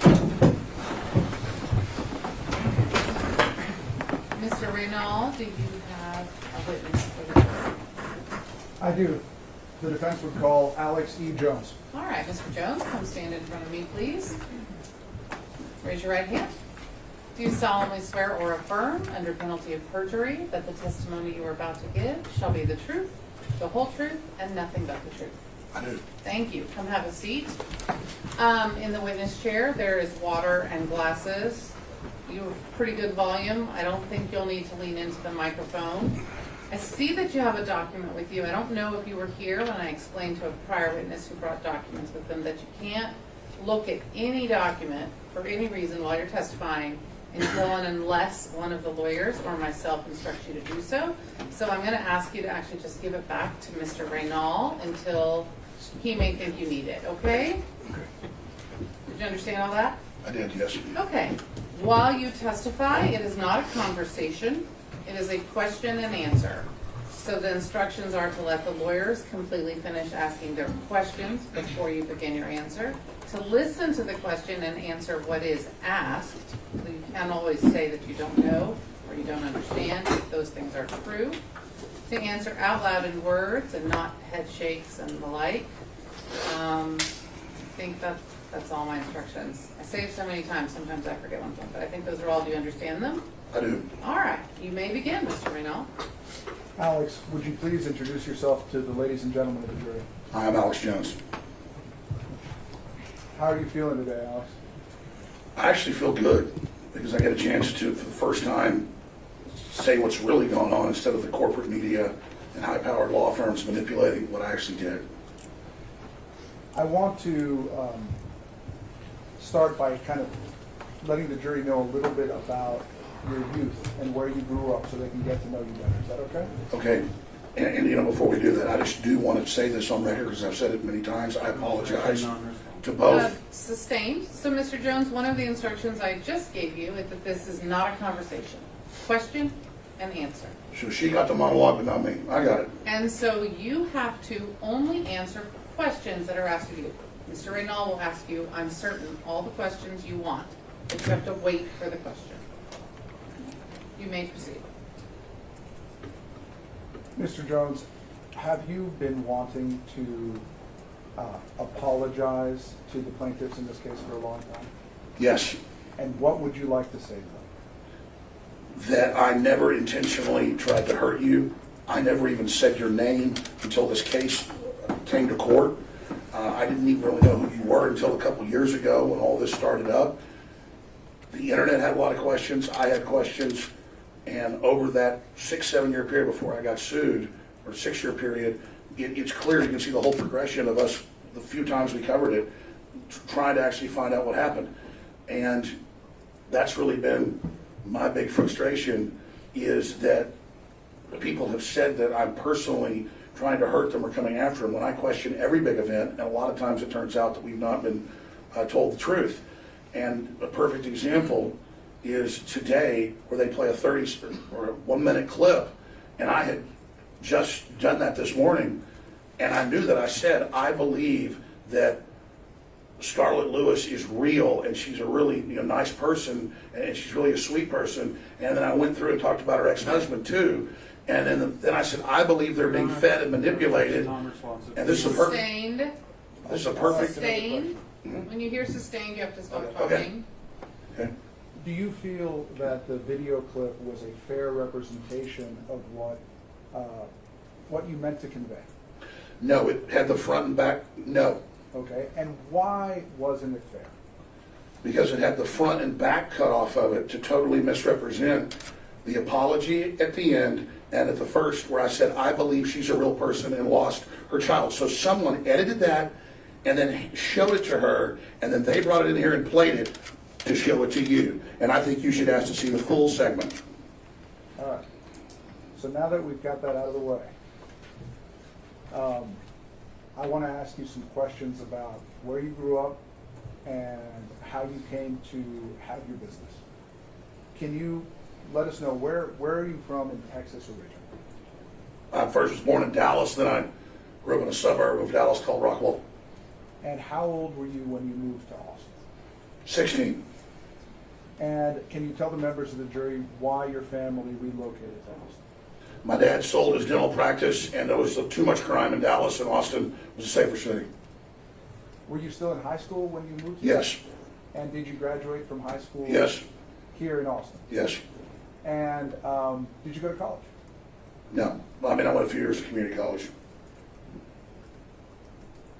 Are you married? Yes. How many children do you have? I have 4. Can you tell us their names and their ages? I've got, I need to say their names? Well, You don't have to if you don't want to. well, there's Their ages. Sure. There's Rex, who's 19, Charlotte, who's 18, Georgia, who's 14, and Veronica, who's 5. And is your wife present in the courtroom today? She's right there. Okay. And what's her name? Erica. I want to ask you some questions about how you got started out in media with your radio show. Okay? How old were you when you first felt that you wanted to be on the air, that you wanted to work in media? When I was about 17, I really liked listening to talk radio. And I'd grown up with my dad on road trips listening to like Larry King when he was still on radio. And I really liked Larry King on radio and then also on CNN. And I also liked Howard Stern, thought he was funny. And I really wanted to be a talk show host. And how did you take that desire to be a talk show host and those early influences, how did you translate that into action? How did you first get on the air? I had been out of high school about 1.5 years, 2 years, and I went down and took classes at the Access TV station here in Austin, one of the first places to ever have Access TV. They had one of the best systems. So they had a lot of equipment and a lot of studio space. A lot of it was old, antiquated, but was still very useful. So I became self-taught with that equipment. And in about 94, 95, and then 95, started doing my own little call-in shows. And then those became pretty popular quickly. And so the phone rang, and a DJ by the name of Sharkman, who had a national show that was managing the local station, 98.9, said, I think you should come in and do like a 3-hour radio show this Saturday and see what people think. And they had Howard Stern on their station. They had G. Ward and Liddy, a bunch of other big hosts. They had some other big local hosts who couldn't light the phone lines up. And the first time I went in, they got about 100 calls the first night. How old were you? I think I was 21, 22 by then. And what was the format of your early shows on Austin Public Access TV? It wasn't as conspiratorial or political. There was some of that because there was other people doing those shows, and I already knew about that information. But it was just all over the map. It was just really call-in shows on different topics. Did variety shows like carved pumpkins on TV on Halloween, and have a guy come in with his pet monkey and it dances around. Just fun stuff. Because I also liked Johnny Carson growing up. Did people like your show? They did. And did your show? I mean, it sounds sort of like almost like a Wayne's World kind of thing. I think Wayne's World's a good way to describe it. And did it win any accolades? It did. It won Best of Austin a few times in the newspaper, and pretty much started getting written about, and even national coverage within about 2 years. Really? And so tell us, you told us already about Larry King and about Howard Stern. Who would you say influenced you artistically in the format and how you did your show then and became the man you are today? I mean, really, I listened to Larry King a lot because my dad listened to him on the radio a lot. When I was from the time I was like 6, 7, I remember listening to Larry King. And then I'd watch him a lot of nights at home in junior high and high school. So I would say more than anybody, Larry King. Okay. And did there come a time when, because of your success and having won this Listener's Choice Award or Viewer's Choice Award, that you were able to be syndicated? Well, I won a couple of those. I don't think the syndication folks were even paying attention to that. I built a studio in a bedroom of my house because they wouldn't put the equipment in at the local station where I had top ratings to syndicate it. And so I went home, got the equipment, had an engineer come set it up, and then called a syndication outfit and got a sponsor, and then I paid to put it on the satellite. And then I got about probably 60, 70 affiliates in about a month, and then it went up to several hundred affiliates after that. Can you describe for us what the setup was like? Was it in a spare bedroom? It was. And what kind of furniture was in there? Just a simple wooden desk and a microphone and a little mixer, and then a chair if I had a guest. And what is syndication for those of us that don't know?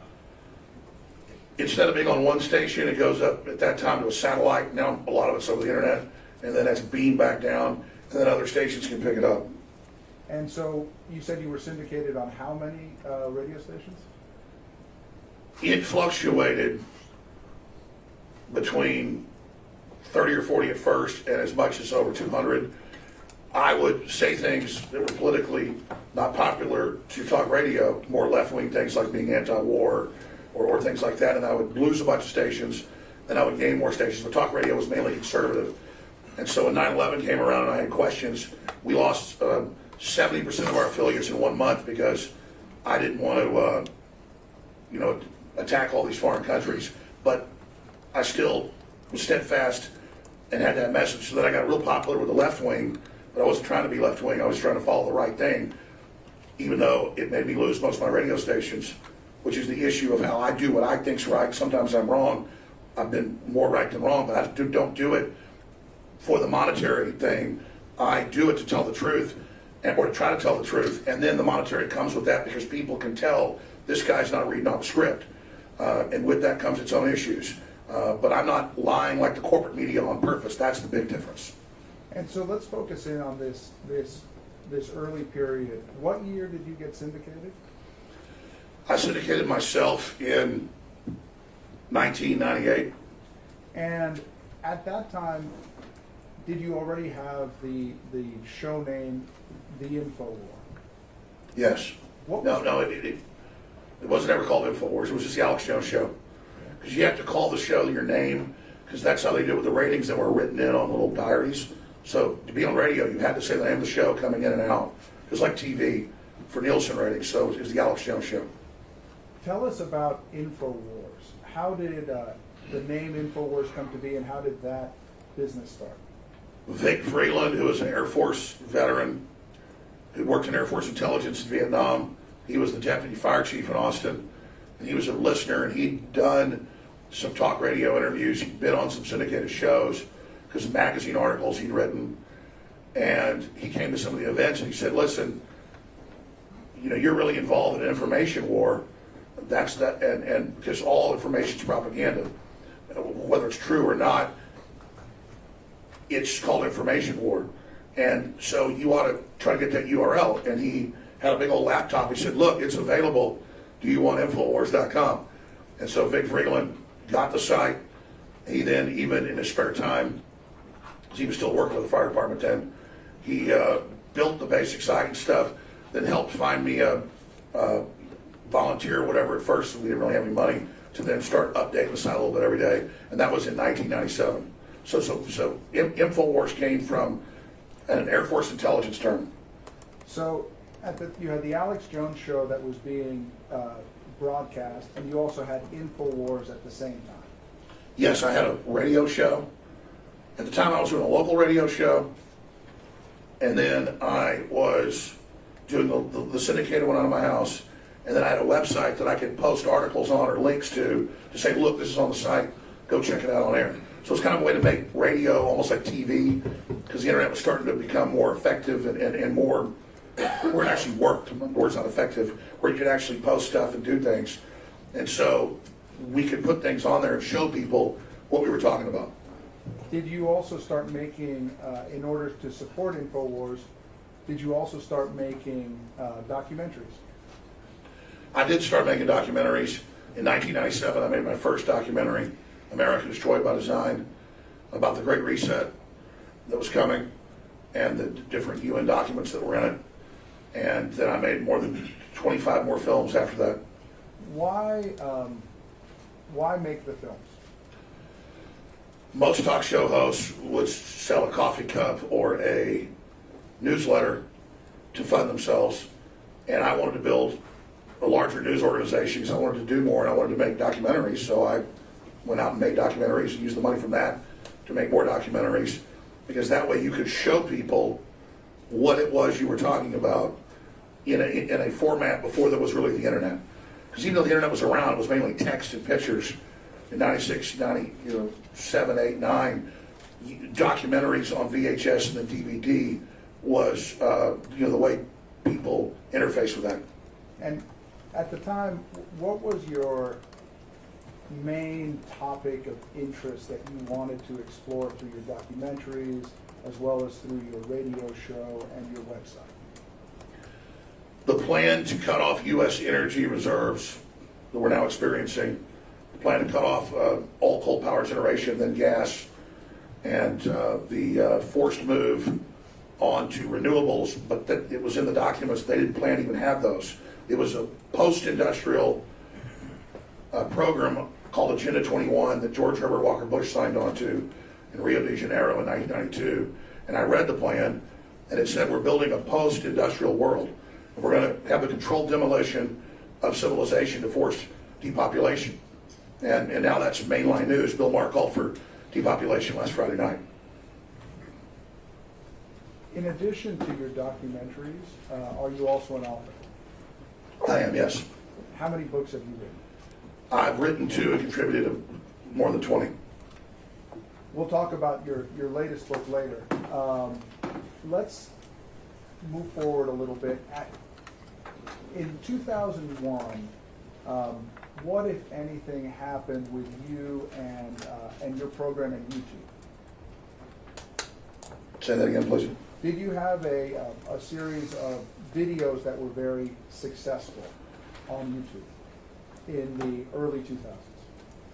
Before YouTube came around, in I think 2004, and then it was out of some guy's garage in San Francisco, got bought by Google around that time. We were actually putting out videos ourselves that we were streaming ourselves, but it became too expensive, so we had to stop. We were doing that by 2000, 2001.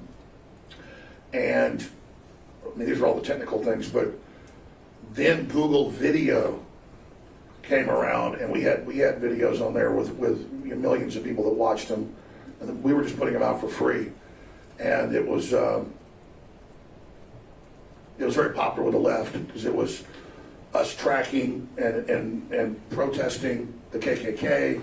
It was us exposing police brutality and things like that. And I wasn't trying to be left wing. I just thought those were really important topics, and so I got really popular with the left wing then. They went and had me speak in San Francisco and New York, and I got big awards, you know, by the big liberal Democrat channels. Let me ask you about that part, because that's an aspect of your work and who you are that you cultivate, which is different from in the studio. From the very beginning, did you believe it was important to go to demonstrations, to talk to the people on the street, to be part of protests? Absolutely. And how did that play into what you were trying to do at InfoWars?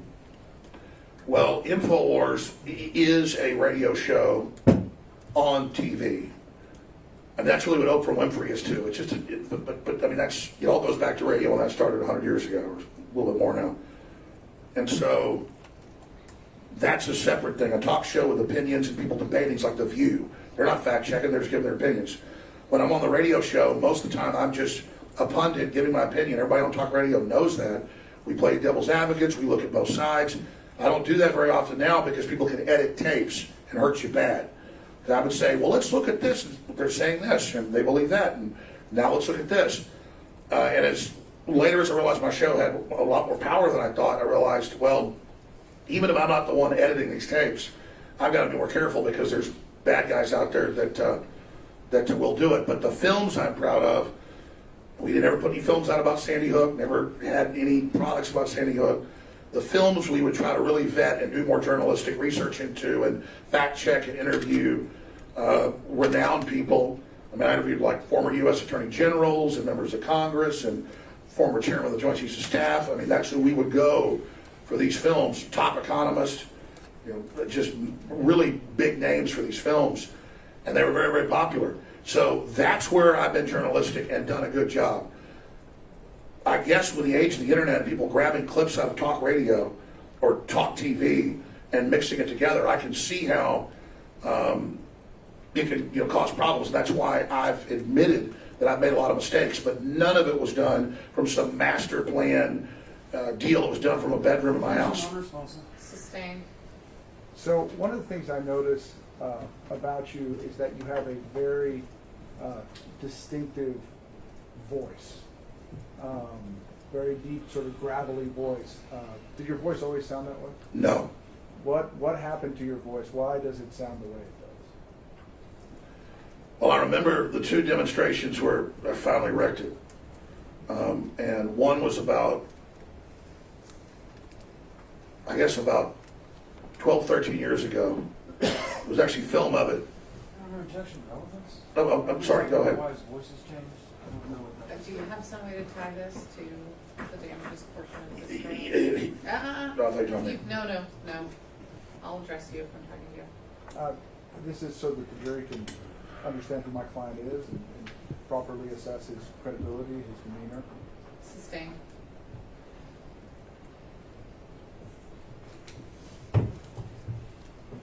Let me ask you directly about InfoWars as we're coming into the period where Sandy Hook occurs.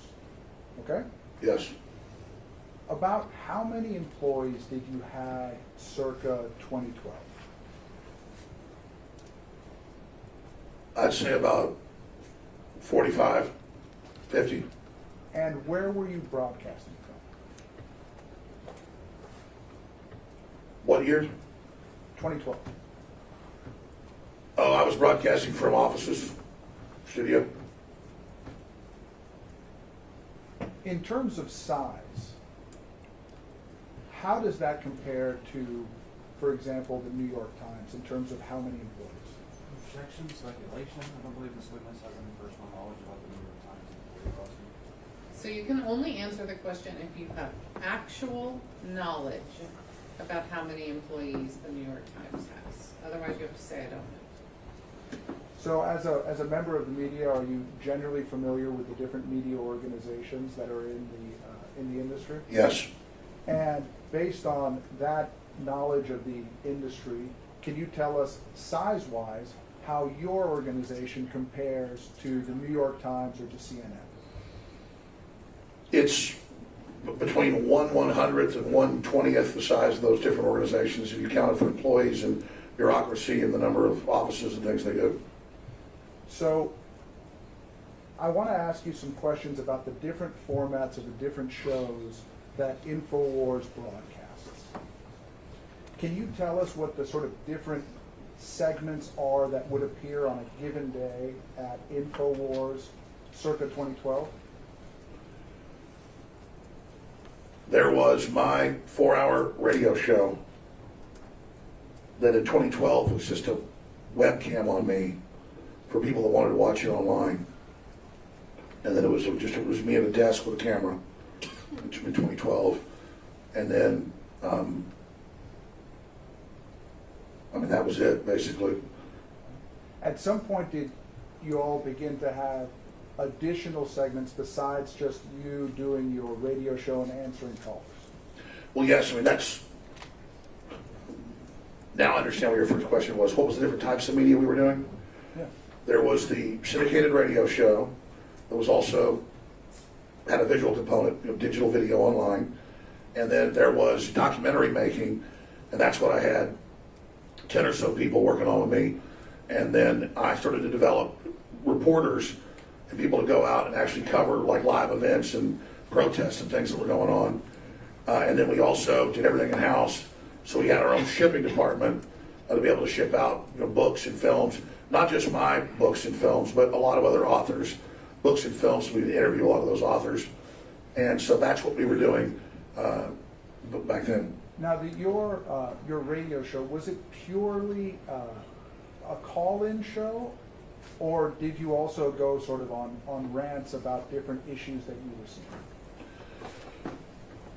Yes, we would have a lot of calls. Sometimes the whole show would be calls. Sometimes it would be all guests. Sometimes I would just decide I had so much news that I was going to just cover up to 100 stories on there and just look at them. The audience knows whether it's the BBC or whether it's an InfoWars story or whatever it is, they can choose, they can go look it up for themselves. We're just covering what's in this. And so we just bam, bam, bam. It's the same way today, like Pelosi's in Taiwan. What do you think of it?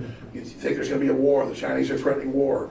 Oh, look, Biden fell down again. Oh, look, that they found another trailer full of 50 dead people in Texas. This is horrible. We got to do something about this. And it's just coming up next. It's real simple. I got a stack of news. We're going to play a video clip of Bill Maher, saying we need to depopulate the human population. And we got, let's take calls. What do you think about Bill Maher saying we should get rid of the majority of people? Well, who's going to do that? Who's going to do the killing? I think this is wrong, I think it's dangerous, I think it sounds like Hitler. I mean, that's what we do. And how did, at the time, 2012, how did you all source or how did you source the stories that you wanted to cover during that segment of your talk radio or 95% of what we were covering was mainstream news going, look, they're saying this, do you believe it? Or what do you make of this? I mean, it's that kind of thing, is that we would simply do what talk radio does. That's what talk radio does. That's what Larry King did, is stack of news articles, talk about what's going on, what people are saying, ask callers, what do you think of that? Do you buy that? What do you think is going to happen next? Are there really WMDs in Iraq? Are they lying about it? And then the talk show hosts make their predictions about what they think, and then the talk radio listeners basically keep note and see who's the most accurate, and it becomes a big game to see who has made the best predictions and things like that. And so that kind of lends itself to the very nature of a soapbox, is people speculating. That's the nature of people going to a park and standing up at Speaker's Corner in London for 600 years and giving their opinion. That's what free speech is. Now, please tell the members of the jury, has your method where you get your stories, has that changed over the years from 2012 until today? No, it's not really changed. I mean, we have clips from the news where it's like, here's a clip of this person saying this. And we always try to actually play it in context. That's most of our clips are about 2 minutes long. So they're not little deceptive clips. We want to show what somebody actually said. And we'll just play a clip, give our opinion, and ask callers what they think about it. Or again, we'll say, should Pelosi go to Taiwan? The Chinese are threatening war. And I said yesterday, I don't really like Pelosi. I don't want war with China, but I think it's good she's going, because we should stand up for ourselves and not be pushed around. And then we take calls and say, what do you think? Well, I think you're wrong. We shouldn't go over there. I think you're right. I mean, it's really that simple. Do you also, did you then and do you now also host debates? We do. How do you decide to host a debate and who are going to be the debaters? Any issue that is being contested that people think is interesting. We had a Sandy Hook debate where we had a newspaper reporter on who said he thought that it really happened. And we had like a professor, or I forget exactly who on, who thought that there was questions. And that's the type of thing that we did. I can understand then that people, again, take clips out of that and move that around, and that it can cause problems. And that's why now, I mean, I can say I'm more timid, even though the head of the state police questions Uvalde in Texas, and even though they stood down for 77 minutes, I think it happened. But I've just gone, whoa, I'm going to try to leave this alone as much as possible, just because they'll take what I've said out of context. But my listeners are now mad at me because I'm not covering it when, I mean, something went on 77 minutes, and the kids are begging for help, and the police just stand there, and the state police in Texas say that the head of the state police says we don't know the truth. And it's because of things like that that people just get completely blown away and confused by what's going on. But now I realize that those are such touchy subjects that I don't touch it with a 10-foot pole. And is that a result of this case?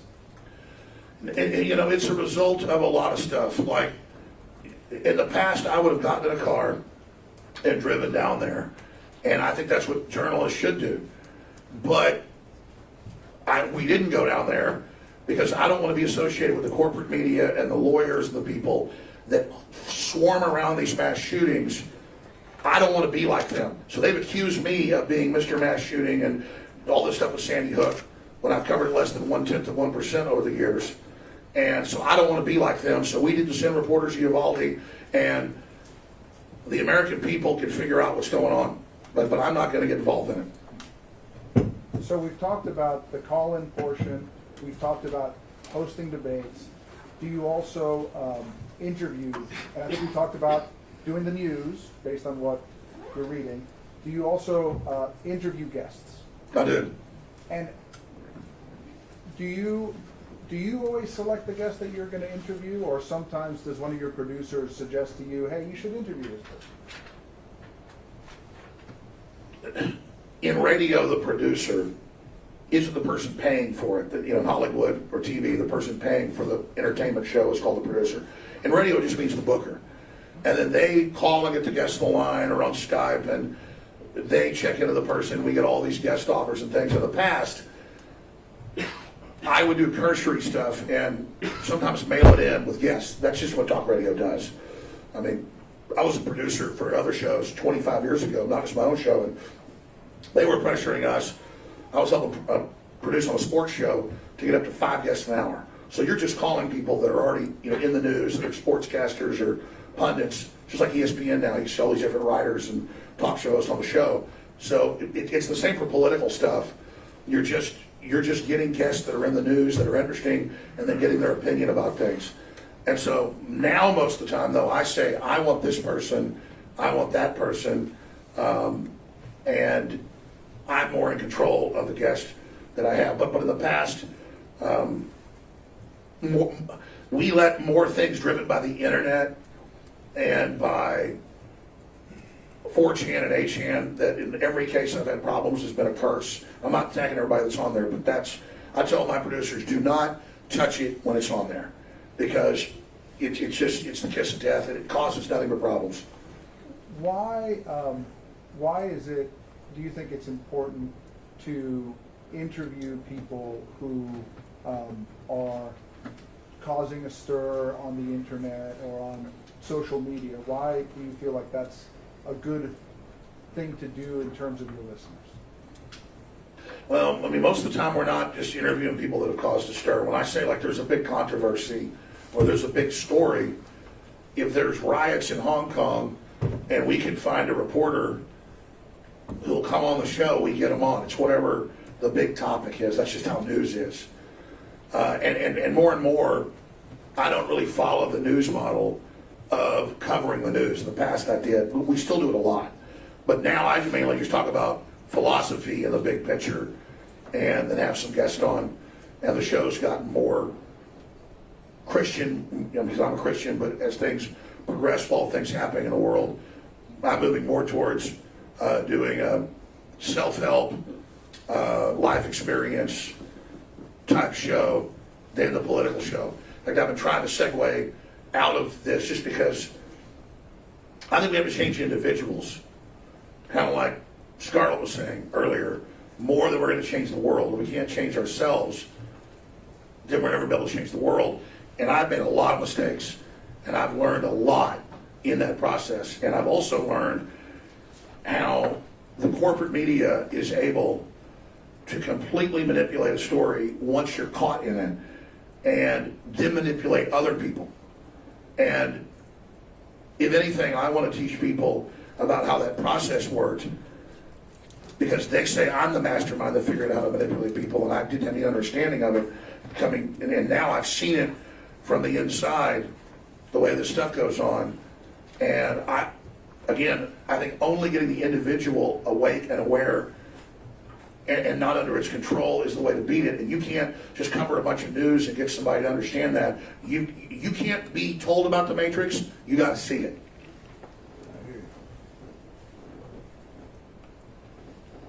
Let's slow down a little bit. And I want to ask you about sort of how with these responsibilities, how your typical day sort of shapes up, okay? How many hours a day are you on the air? I'm on the air about 4 hours a day. And since when have you been on the air about 4 hours a day? I've been on the air 4 hours a day since about 1997, 98. And in order to prepare for those 4 hours that you're going to be on the air every day, well, let me ask you this. How many days a week? I'm on the air 6 days a week. So in order to prepare for 4 hours a day, 6 days a week, how many hours per day do you spend on prep for your show? I spend about 2 hours at night and about 2 hours in the morning, and then I do some research in the afternoon. In addition to prepping for your show for about 4 hours and being on the air for about 4 hours, do you have other responsibilities? I do. And what are your other business responsibilities? Well, we don't have a lot of sponsorship because with sponsorship comes the control of the sponsor's political views. And so we sell books and films and other things to fund ourselves. And then you've got to source that, you've got to have that, you got to get the deals on that because a lot of times, like in the case of storable food, we're only making 20-30% on it. So you're competing against Amazon. And so you've got to really spend some time on that. And about how many hours per day do you spend on general business administration as well? 2 or 3 hours. So your average day, would you say, is somewhere between 11 hours, 12 hours a day? Yes. 6 days a week? Yes. Do you depend on other people to help you produce your show and decide what you're going to talk about? I do. I depend on my crew, and I depend on, really what they do is they just give me hundreds of clips that are in mainstream news, alternative news, things that are happening, video clips, and I'll sit there on my computer and just review them. And then I tell them, just print me the top stories off of 10 or 15 news sources. And I say, go through everything, randomly change it up. So everything from Japanese news to news in Mexico to, the BBC to the LA Times to just everything. And then also alternative media. But more and more, we just show clips of what's actually happening out in the world. It's not disputed. There's just stacks of news. You can be on air 24 hours a day. All you're doing is like a curator, just showing people, hey, we looked at this, we think it's interesting. We looked at that.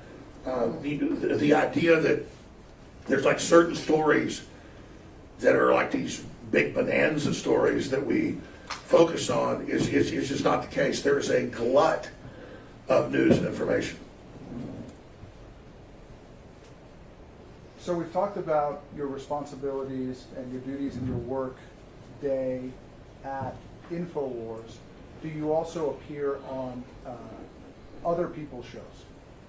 Yes, I've been on thousands of different programs in the last 27, 28 years. Any that we would have heard of? I've been on Howard Stern and on his network many times. I have been on Joe Rogan's show many times, even predating his current podcast, done in 25 years. I've been on The View. I've been on Piers Morgan. I've been on 20 or 30 BBC shows. I've been on Japanese television. I've been on Saudi Arabian TV. I've been on Israeli TV. I've been on Brazilian television, Brazilian radio, Mexican TV and radio. I've been on basically a lot. Let's focus in the year 2012, how many hours per day was InfoWars broadcasting? Not just your show, but everything. Well, there's broadcasting and then there's just videos that we're uploading. I'd say... How many hours of content per day? 6 hours, 7 hours. Okay, and in 2013, about how many hours per day? 2018? No, 2013. Oh, 2013. The same amount. And 2014? I'd say a little more, maybe 7. And 15? The same. 16? The same. 17? Sorry, just 1 second. Oh, sorry. My torn larynx, that's why my voice is like that. Sorry, what were you saying? I was asking you how many hours per day content is being produced and uploaded or streamed on InfoWars in 2017. Probably 7, 8 hours as well. And 18? Then it increases to 10 hours a day. Or in 17 it did. Okay. In 17 it increases to 10 hours a day. And then it stayed about that.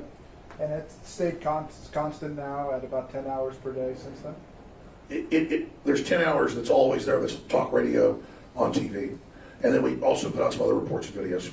Okay, so the answers you just gave us of 7 hours per day basically up until 2016, and then starting in 2017, 10 hours per day, that is content that's on the radio that's being streamed. And being picked up at some radio stations.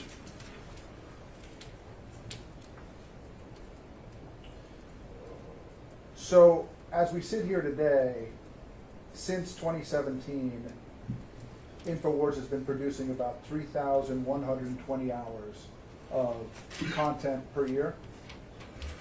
I haven't done the math. Is that what that calculates out to? I will represent to you that it is. It's, 6 days a week. We do a little bit less on Sunday. Sometimes do stuff on Saturday. I mean, that sounds about right. There's no exact number. We never organize it all, so I don't know. Excuse me, sorry. When did you start bringing on other hosts to have their own programs?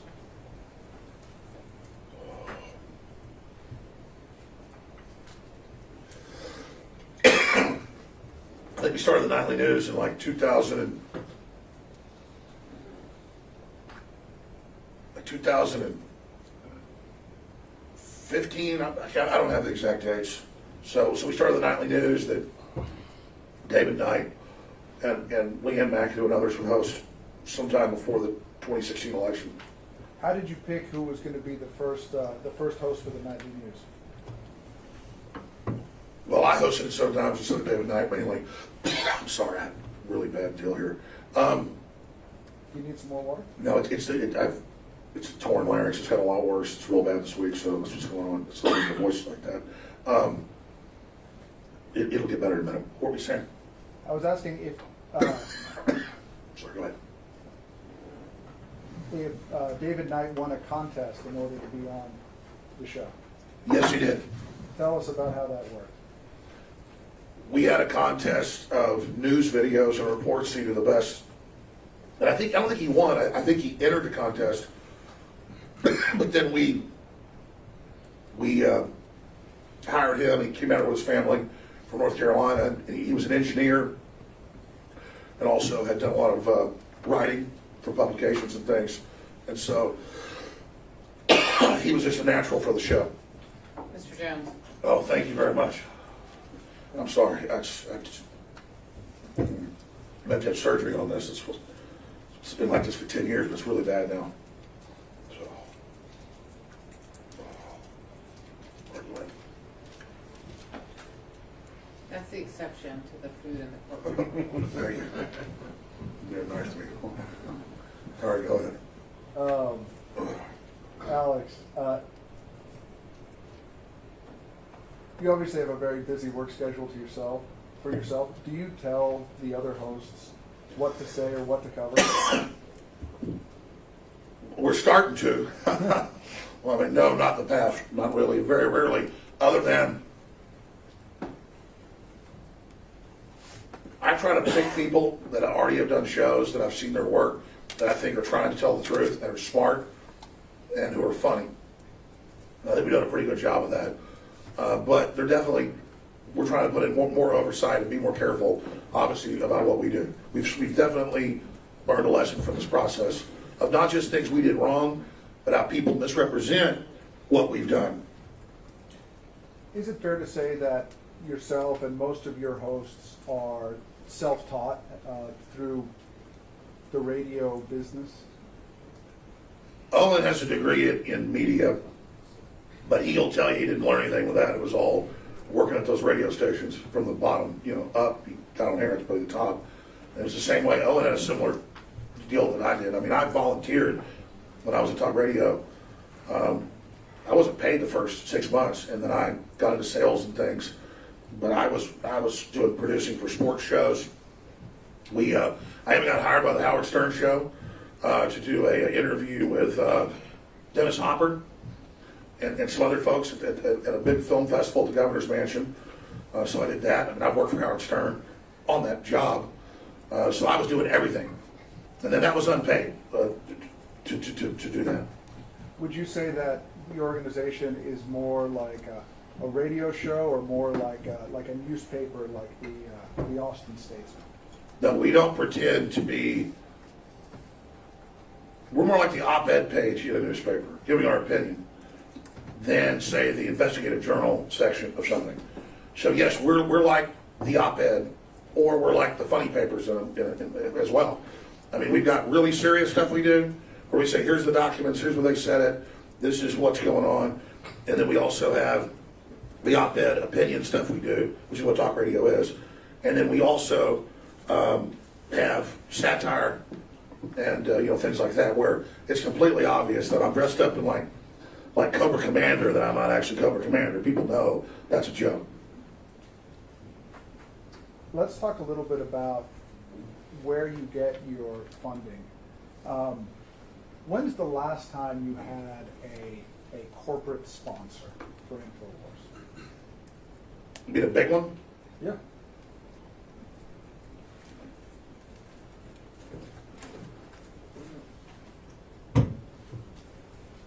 I had some corporate sponsors when I was against George W. Bush and the war. We lost a lot because we were anti-war, but we still had some big ones. I mean, we had like car companies, clothing lines, everything. We were making a lot of money to expand the operation, going back to about 2005 up to when Obama got in. And then being anti-war was not allowed anymore. For whatever reason, I wasn't anti-Obama, I was anti-war. So I continued with being anti-war, and we lost all our sponsors.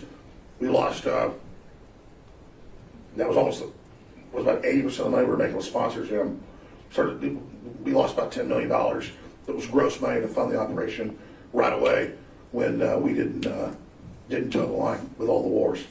And so when you lost all that corporate sponsorship because of your position against the war, did you transition to a different business model? Yes, we'd already been selling some books and films, but we accelerated it. And I said, well, I'm not going to let them shut me down. I said this on air. I said, you want to shut us down over $10 million a year? I remember saying, I'm going to go to $70 million a year, and I'm going to put it into everything. We're going to advertise. We're going to explode. And so that was my promise, and I fulfilled it. And why is it important for you to be self-funded? That's what the system fears. It's actually come out in some of the presidential library documents out of Little Rock, that the system fears any independent organic media, whether it's liberal or conservative, that isn't controlled by the big corporations. They want a fake left and a fake right that's synthetic. And by fake, they're real groups. They just kind of toe a line, stay within certain guardrails, and then society doesn't ever change for the better. Instead, we need independent grassroots media that is self-funded, whether it be through donations or whether it be through product sales, so that we can have real diversity of ideas in this world we live in. What do you use the term synthetic as well as fake? What do you mean when you say synthetic? These are a lot of military terms that I learned just by researching psychological warfare, because I knew that they were using it against us. So I went and last 20 years got some of the classified ones. But a synthetic event is real stuff happening, but they put in place people to help it happen and kind of provocateur to get it started. It's like if you have two pit bulls killing each other, that's a real event, but people that throw them in that pen together for that fight, they made it happen. They brought the dogs there, they raised the dogs, they trained them how to fight, they threw them in the pit. So there's two dogs really killing each other, but it's synthetic because people made it happen. So when I talk about staged, most of the time I mean they knew it was going to happen and they stood down and let it happen. And that was my view the first few years of Sandy Hook. Anybody can pull up the Washington Post, you name it, about FBI going out there, him threatening to ship a school, nothing being done. Same story, CIA, he was hacking stuff. So that's where everybody thought it was really suspicious up front, was because those telltale signs that we've seen before of those type of synthetic connections, which don't always mean it was staged, but that's the type of things people look for. So you've got you've got different types of false flags. You've got synthetic is a way to describe it really happened, but there were forces in there letting it happen.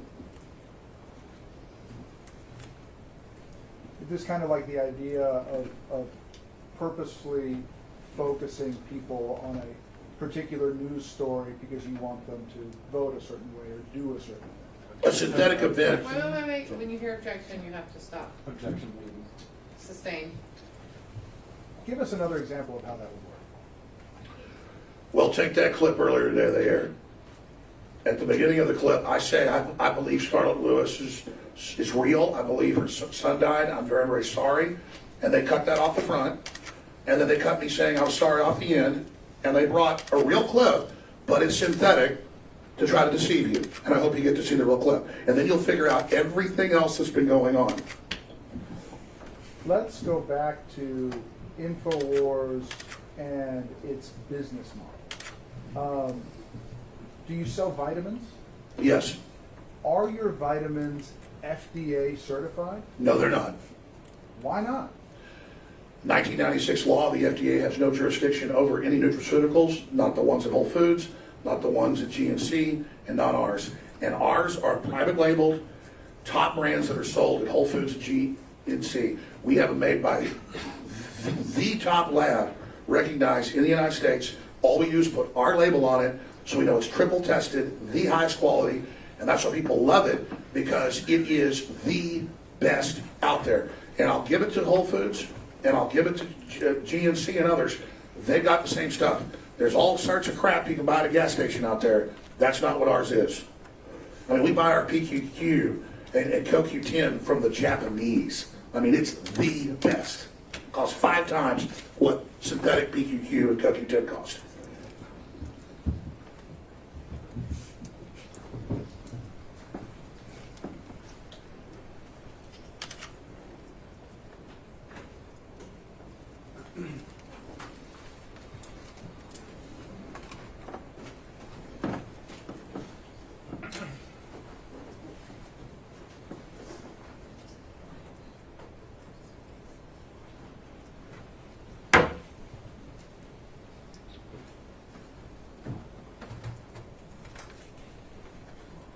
Ms.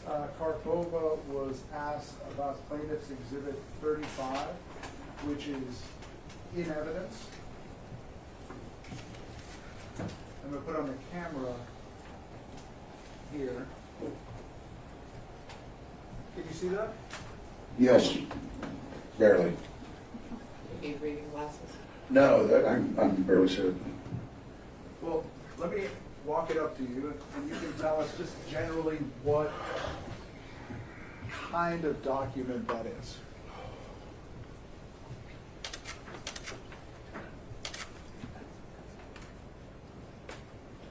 Looks like some type of sales log. And can you tell us what year it begins in? Looks like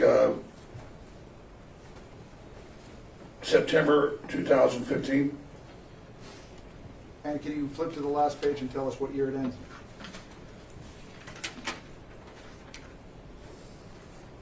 It ends in December 2018. If you flip back to the front, can you see the headings? Yes. Can you see the column that, you all right? Yeah. Don't worry, it's not COVID, it's the torn larynx. Sorry, go ahead. Sorry, go ahead. There is a column that is labeled invoice. Yes. Would that represent gross sales? I believe so. And let's flip to the last page and you can tell us what the gross sales number is. $165,230,000.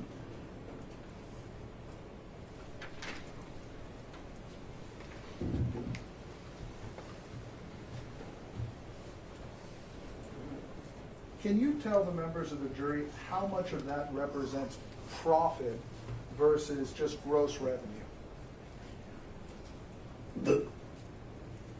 It depends on what product it is. Some products make 20%, some products make 60%. like on a book, you know, you might be 20-30% on food, it's that, and that's the biggest type things. On supplements, if they're on sale, you make 50% of it. If it's not on sale, you make more than that, sometimes a 100% markup, but usually it's on sale. So it really all depends. I can tell you bottom line numbers, though, of how much money I've been paid, things like that, or how much money's there. Before we discuss that, let's talk about InfoWars, the organization. Would you describe it as organized or chaotic?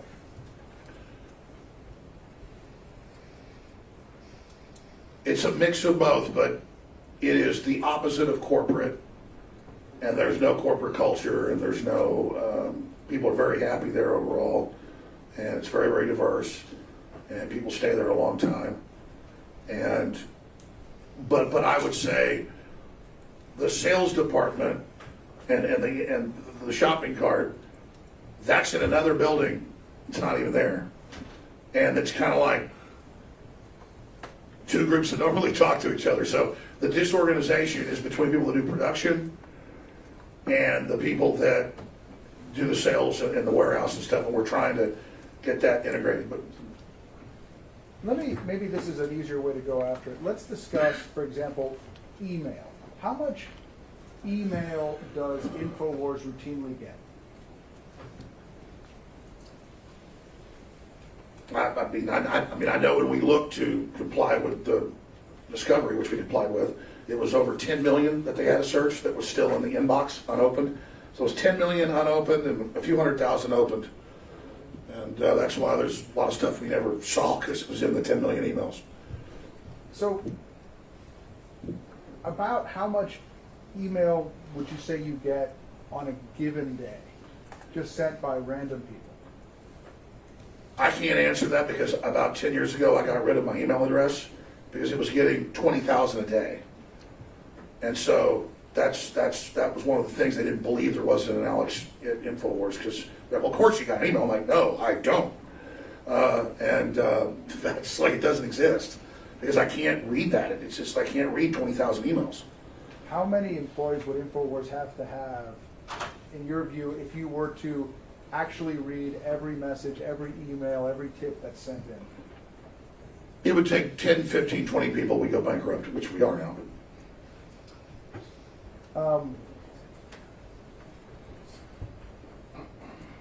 Going back to, I want to ask you a question. There's a term that's been thrown around during this trial of the truther community or truth people. What does that? I have a couple of questions I'm going to need to take up outside the presence of the jury. I don't know if you want to do that now or wait till we're done to do it. That really depends on you, Mr. Bankston, whether you think I need to hear them now or later. I'm worried they need to be heard contemporaneously, so I'd like to. All right. We're gonna just sit tight for a second. We're gonna take a break. I don't know if it will eat up the rest of the afternoon or not, so I'm not gonna release you in case it doesn't. I wanna not waste any time. And so I'll send someone back if you're gonna go or if you're gonna come back. Remember all of my instructions. On the chance that I don't see you before tomorrow, please arrive at 8:45 like normal for us to get started. All right, thank you. All rise.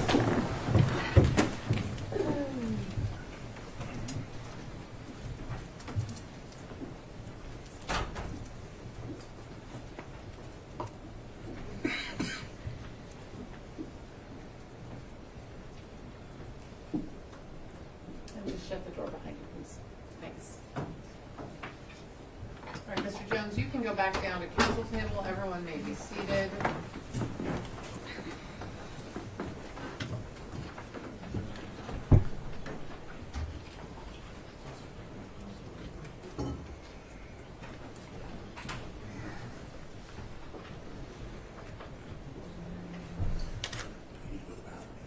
You just have to wait until the jury's moved to their space before you can leave the room. All right. All right, Mr. Bankston. I don't know what's going on, Your Honor, but I need to bring a couple of motions there for jury instructions, and then I'm going to go ahead and bring a motion for sanctions right now on the record. I know you don't want to hear it from the trial, but the jury instructions are pending now. We have, as you know, there's been a pattern of Mr. Reynolds blatantly violating MILs and court rules. Mr. Reynolds just absolutely solicited direct testimony from Mr. Jones that he is bankrupt. Mr. Jones has testified straight into the record that he's bankrupt, which is not true, which is a sham that's going on right now, which Mr. Jones pulled $60 million out of his company last year. But the most important part, Your Honor, is you have a motion in limine entered in this case that is in no uncertain terms that they cannot, due to violating your orders repeatedly to provide networks information, they cannot apply evidence in that work. Mr. Jones just intentionally did that in violation of your order to attempt to poison this compensatory damage verdict, to try to tell this jury that he's broke, when he's not. And that's in violation of your order. And Mr. Reynolds drew that right out of them, totally expecting that to happen. It was very obvious from the question he asked, and wants Mr. Jones to tell this jury he's broke. That is ridiculous. The second is that he absolutely, Mr. Jones just fully testified that we complied with discovery. I am under the standing MIL not permitted to mention discovery disputes. But we both know Mr. Jones did anything but comply with discovery and did that for 4 years, thumbing his nose in the face of this court in rank contempt. There needs to be an instruction to the jury that he did not comply with discovery, that materials that were repeatedly ordered by this court will not turn over. Some of that includes his net worth information. And I also would like an instruction to the jury to disregard and strike his comments that about him being bankrupt, which they are to take as having no evidentiary value and is not true. Otherwise, I am deeply prejudiced going forward.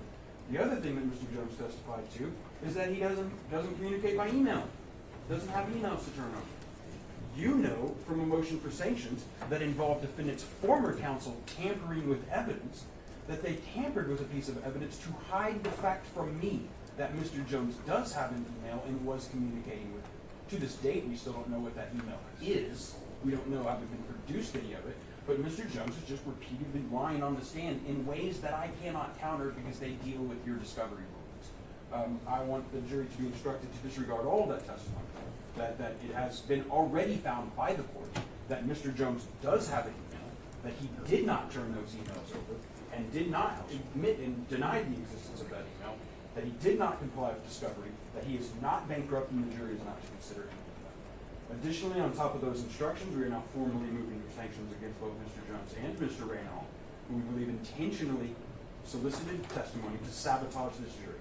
And I would not normally make that accusation so openly against a fellow attorney had that attorney not continually violated rules of this court on every single day, including before putting Mr. Jones on, clearly attempting to solicit from a witness an attorney-client communication earlier into this day, which, as we've seen him violate rules that a first-year law student should know, a first-day law student should know not to ask the plaintiff about her communications with counsel. This is absolutely in bad faith. Therefore, we'd like jury instructions and we're filing a motion for sanctions. Would you like to respond, Mr. Reynolds? If Your Honor thinks it necessary, I will. I think that Your Honor can review the transcript of my questions. I don't think my questions elicited that testimony. I'm sorry that that came out. I don't think that there was anything I could have done in my questioning that would have prevented it from happening. I know that Your Honor has contemporaneous transcript and can look it over. So I would urge you to do so because I'm sorry it happened. I tried to move on very, very quickly. I think Your Honor saw me raise my hand. But I can only ask the questions. Let me ask Mr. Jones a couple of questions while you're under oath. Yes. What did your attorney tell you about your testimony today? I want to be very careful. Were you instructed that there were some things you could not testify about? Yes. And do you remember what they were? Yes. And what were they? Just top level. I'm trying to remember that. First, there was a document you put out saying, "Don't talk about free speech, don't say I'm innocent," and a bunch of other stuff. And then that got withdrawn. I believe you withdrew it. I think it's called motion in limine. Okay, so you don't remember? No. I remember currently. Stop.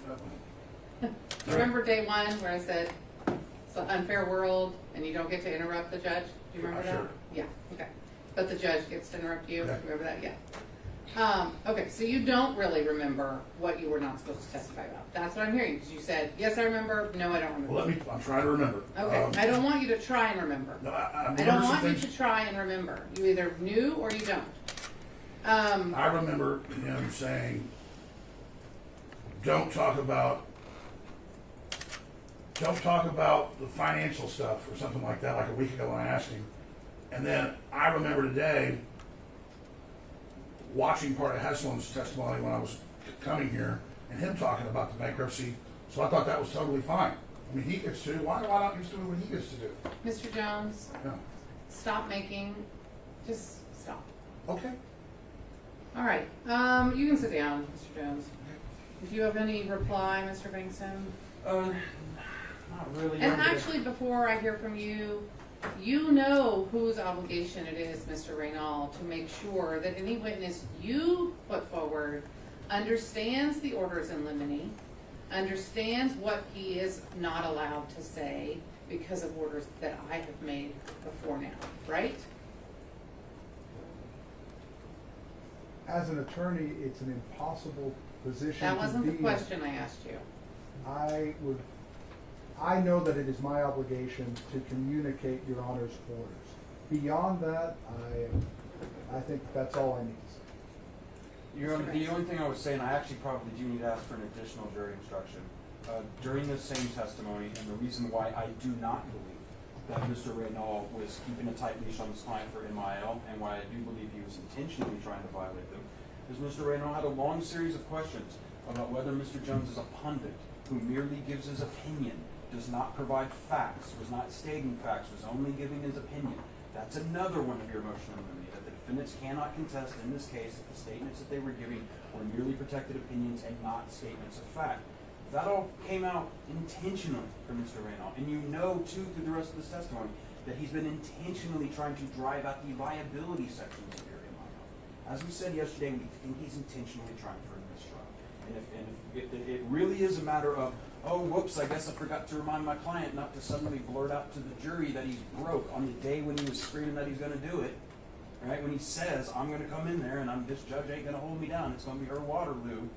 And then he comes in here and do that. Maybe we'd forgive it if he wasn't also asking questions that were directly in violation of motion of limine. And, Your Honor, we believe this is just egregious. Your Honor, if All I right. may on that point, just on that point, Your Honor has ruled already that during this phase of the trial, we are to discuss and over my objection, all the issues raised by Rule 41-11. I've been objecting to that. Except net worth. Well, except net worth. And within that, for the jury to make an accurate determination, you need to talk about intent. You need to talk about degree of malice. You need to talk about how extreme the behavior was or wasn't. And so the testimony I'm eliciting, which I believe, I've never said, nor has my client said, that Your Honor's ruling shouldn't stand. But in order for the jury to be able to make a decision, they need to know the entire context and they need to understand the mental state of the participants. Because if not, they can't render a ruling on punitive damages. The problem is, and you know this, and we've already had this conversation multiple times in this trial, in addition to it before this trial, the time for that was during discovery, when Mr. Jones chose not to fully participate. It is not the time to do that now. If there is anything that he would like to put forth as a defense, he needed to do it a year ago during the discovery process. It's too late now.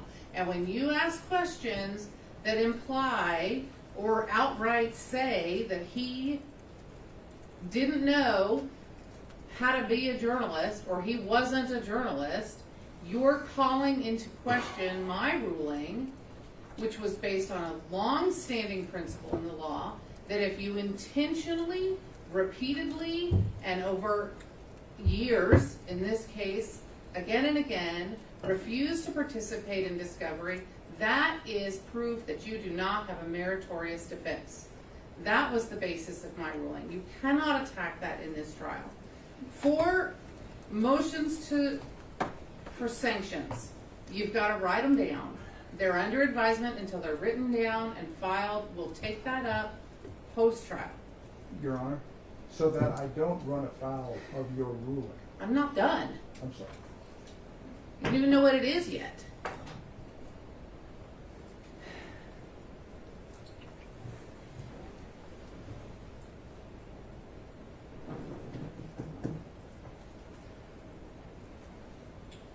For the motions seeking sanctions against Mr. Jones and Mr. Reynal, you have to write those down. They have to be filed with the court. I'll take them up post-trial. That may mean during deliberations. That may mean later in August. I don't know. Assume it'll be as soon as I have time, so file a response if you want to.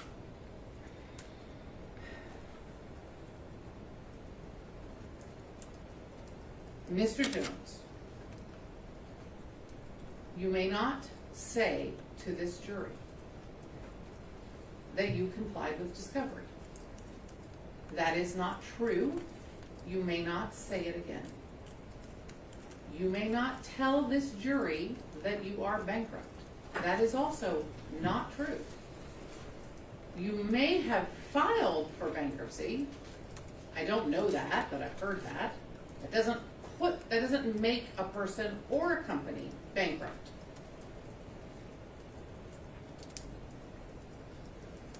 You're already under oath to tell the truth. You've already violated that oath twice today in just those two examples. It seems absurd to instruct you again that you must tell the truth while you testify, yet here I am. You must tell the truth while you testify. This is not your show. You need to slow down and not take what you see as opportunities to further the message you're wanting to further. And instead, only answer the specific and exact question you have been asked. No asides. The comments about discovery, the comments about the larynx or whatever it was, the comments about bankruptcy, none of those were responsive to questions. They were just you abusing my tolerance and making asides to the jury improperly, and in at least two cases, untruthfully. Do you understand what I have said? Yes or no? Do you understand what I have said? Yes, I believe what I said was true, so I don't. Yes, you believe everything you say is true, but it isn't. Your beliefs do not make something true. That is what we're doing here. Just because you claim to think something is true does not make it true. It does not protect you. It is not allowed. You are under oath. That means things must actually be true when you say them. Don't talk. You understand what I have said. I do understand. You understand the instructions I have given you for your testimony in court. Yes. I'm not going to bring the jury back today. My staff is listening. They can let the jury go home. We'll start back up tomorrow. When you come back to testify tomorrow, one more time, no asides. Do you understand what I mean when I say no asides? Yes. Answer only the question asked of you. Do you understand what I mean when I say only answer the question asked of you? Yes. You understand you will still be under oath when you return tomorrow morning Yes. to complete your testimony. All right. And you understand that that means you must only testify about things that are true. To the best of my knowledge. If you don't know something, you don't say it. If you're asked about your opinion, you can give your opinion. But if you're asked to relate something that's truthful and a fact, it must be truthful and a fact. Not an assumption, not a guess, not an opinion. Do you understand? Yes. All right, you can sit down. Anything else? Yes, sir. Just so that I can make sure that I don't run afoul of Your Honor's motion in limine or earlier rulings. Just to be clear, we call them motions. I don't issue motions, I issue orders. These are orders in limine and have been ordered since before this trial started. Is Your Honor ordering me not to explore the nature of the wrong? That is very broad. The character of the conduct involved. You may not elicit testimony designed to leave the jury with the impression that Mr. Jones and Free Speech Systems did not defame Mr. Heslin, or that Mr. Jones and Free Speech Systems did not engage in the intentional infliction of emotional distress against Ms. Lewis and Mr. Heslin. May I elicit evidence as to the low degree of culpability that should be ascribed to Free Speech Systems and to Alex Jones by virtue of his education, his situation, the situation at InfoWars, and what was going on? So Mr. Jones was too ignorant to know that he was lying? Is that your defense? Your Honor, my defense is for the jury, not for the court.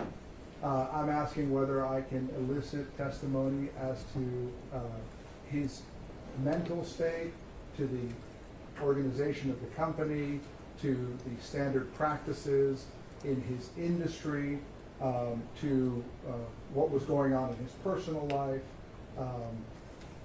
all to illustrate the low degree of culpability that should be attributed to his conduct. You can ask Mr. Jones questions about, similar to some of the questions or all the questions that were allowed when Ms. Karpova was on stand, that kind of touch on these same areas that were allowed. I think those are fair game.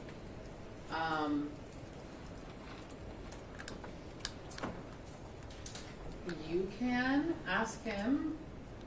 I mean, I think the answer is yes, as long as you're very careful. Very well. Anything else from you, Mr. Reynolds? No. Anything else from you, Mr. The only Reynolds? thing is I wanted to confirm with you that tomorrow morning we'll be taking up whether there will be instructions, and should I propose instructions to the court? Yes, please propose the exact instruction you would like me to give. I think it would be appropriate to give those instructions, if any, before Mr. Jones retakes the stand. Yeah. 1 second, please. I think we need something. We need some instruction. So you can do it the way you did the proposed charge instructions. You can both send my office an email if you would like to. Yes, Mr. Reynolds. Mr. Jones would like to say something that's directly relevant to what we've been discussing. I am not. Very briefly, Your Honor. I think it's important for my candor towards the court that you Okay. hear what he has to say. I am not typically in the practice of hearing from parties except when they are on the stand. And I don't see a reason to change that practice any more than I already have. This is simply in line with Your Honor's question as to what he was instructed in terms of what he should testify about. It doesn't matter at this stage. I expect that you will go over the instructions as you are required to do under the rules, and I'm going to leave it there. Anything else? Nothing else, Your Honor. From either of you attorneys? Okay. Well, let's do a time check. We're certainly going longer than I think we have all sort of hoped. Mr. Reynal, you've used 10 hours and 33 minutes. And today it's very inflated because all the breaks I just attributed to extra, so it looks like we've worked, well, we have worked, but it's more than 5.5 hours for today. So the sort of extra category is 7 hours and 6 minutes. And Mr. Bankston, for your side, it's 17 hours and 3 minutes. So I haven't done the, let me hang on 1 second. Let me figure one thing out.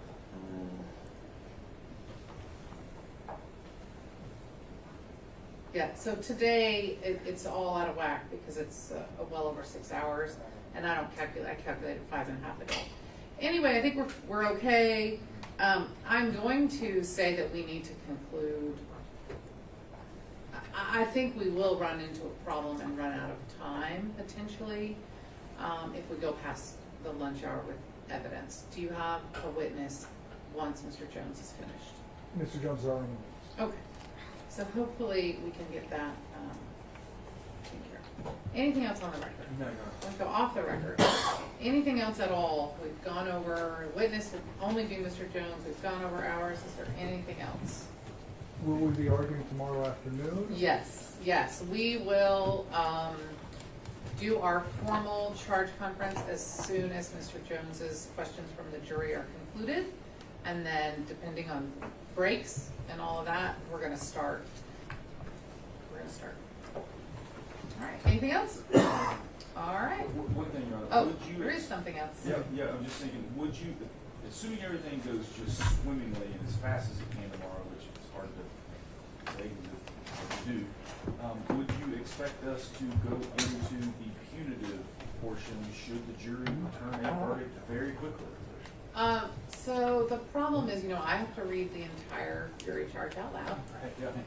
And then I also have to read, I think it's a page, let me see real quick. It's hard for me to believe that would happen. I just wanted to make Yeah, I don't think it will either. I read a page of other instructions and then I read the entire charge out loud, which it's not that long. I mean, we haven't finalized it, but it's only 11 pages. And as you attorneys know, one of those pages is the signature, so it's not that bad, but I still think that's 15 minutes. Then when they go back, they don't have any evidence because we have to review it on the record, and then it goes back. So I find it unlikely. How would Your Honor like what evidence we do have to be on a thumb drive? How do we do that? So to date, the only exhibits you've admitted are paper. Didn't know there's a video. It's been admitted, It has. and I think it's Exhibit 67. It was admitted without objection. has it been played to the jury? It has. It's the Father's Day message. Oh, yeah, right, okay, so far, what I have from you is 67, that's it, right? Where is it? Because once it's admitted, it's supposed to be up here with my court recorder. It's in Your Honor's computer. Courtroom computer. Oh, in that one? Yeah. Okay. Yeah, so we're gonna need, and I'll be honest, I actually don't know what the system back there is. Oh, you know what, it's gonna be the exact same system as this because they're deliberating in a neighboring courtroom.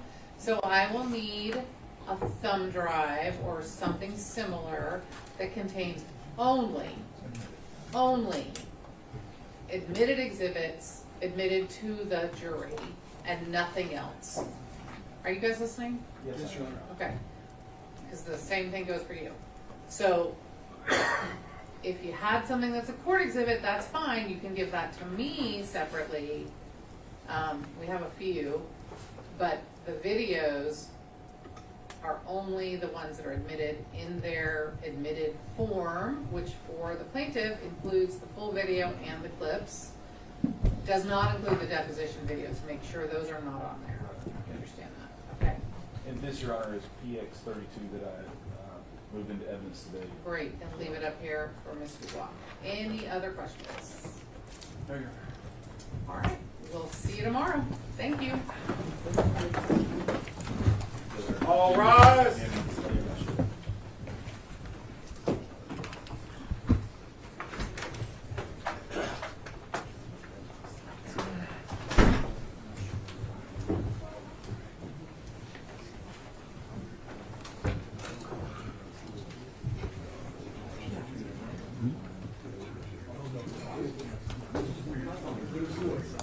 You can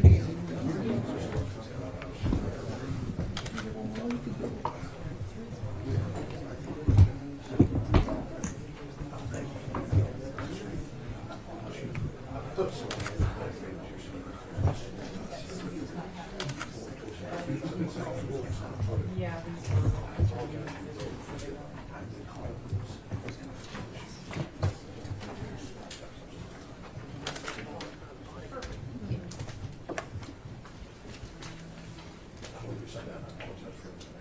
that he's slow and autistic. No, I'm slow on certain things too. I'll be honest on there. Stuff you said.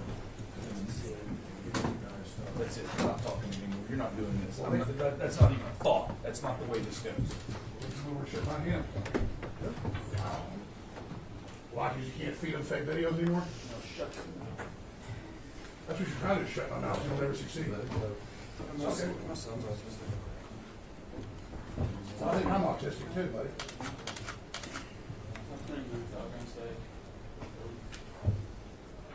See, that's more to see us.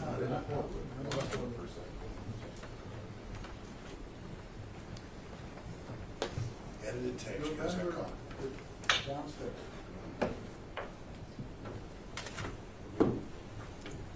Now let them leave. Give them a little bit of time.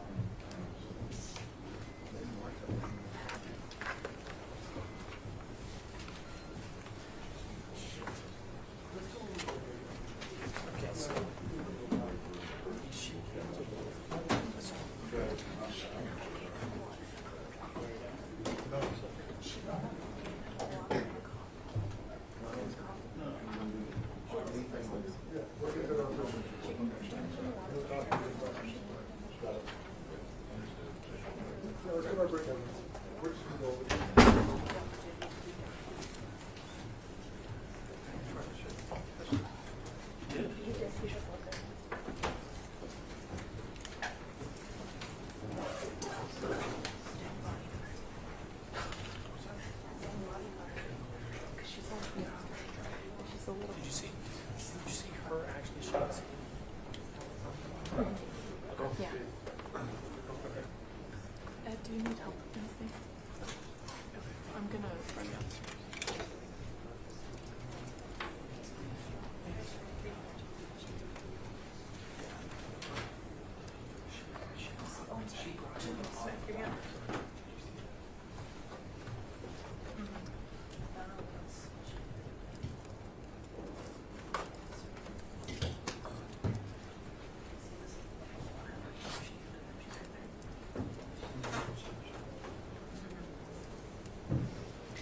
Hey, so the building's closed. I'm sorry. Oh, we're up. That's right. I just freaking like it.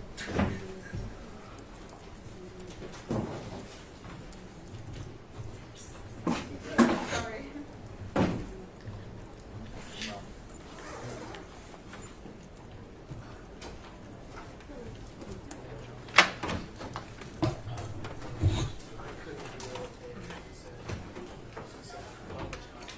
There's no way I could. Yeah, I didn't. I could treat. I could.